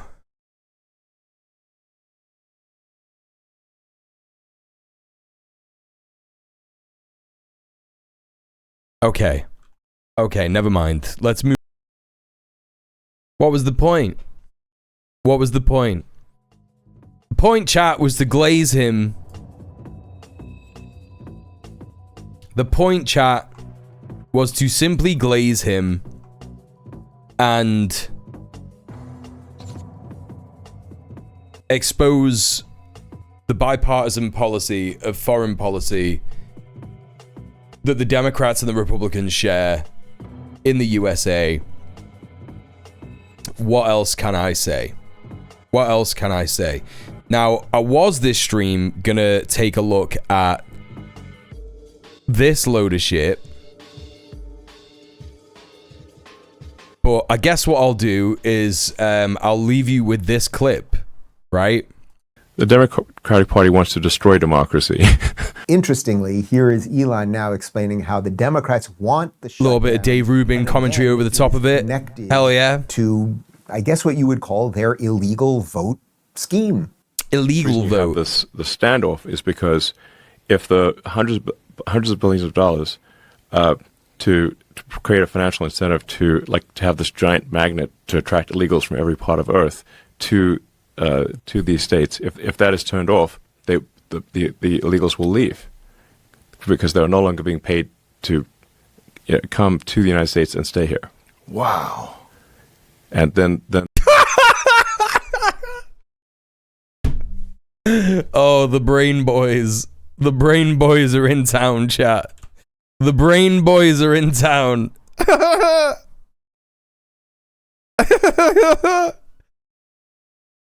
This is so good. I'm gonna blow your mind. I'm gonna blow your mind. The reason that the Democrats are doing the shutdown is because of a made-up thing. Joe Rogan's like, whoa. Whoa. Standoff is because if the hundreds of billions of dollars to create a financial incentive to have this giant magnet to attract illegals from every part of Earth to these states, if that is turned off, the illegals will leave because they're no longer being paid to come to the United States and stay here. Wow. And then they will lose a lot of voters. The Democratic Party will lose a lot of voters. It's so insane. It's so completely insane, dude. The Democratic Party does not win elections because illegal immigrants are voting. Like, what? Like, you would have to be a complete fucking idiot. You complete fucking idiot. Go back to South Africa? No, he should go back to Holland. The South Africans don't want him there. He should go back to Holland. Holland should deal with the consequences of the actions of its ancestors. You know? The Netherlands. And then ultimately Britain. Right? You know? Oh, mamma mia. Oh, I know, buddy. I know. I don't know if anyone heard that, but Melpert is indeed here. It's okay. He's only 12. He's just 12. It's because he's 12. Of course he thinks that. It's because he's 12. Right. Okay, chat. Listen, that's a little teaser as to what we're going to get into on the stream tomorrow, unless there's any other massive news, which is more likely, more likely going to be the Zohran Mamdani win. So, fingers crossed nothing awful happens in between now and then. I'm sure it will happen. How does it work, chat? Like, do we get the vote in now? The voting is today? Or the voting is tomorrow? The voting is tomorrow. The results are the day after? Or the evening tomorrow? Yes? Voting is tomorrow. They count the results the same day, no? Are we going to do a 24-hour live stream? There's no way I'm going to be well enough for that. We should know tonight. Okay. So it's voting day today. Voting day, New York City, is today. Wow.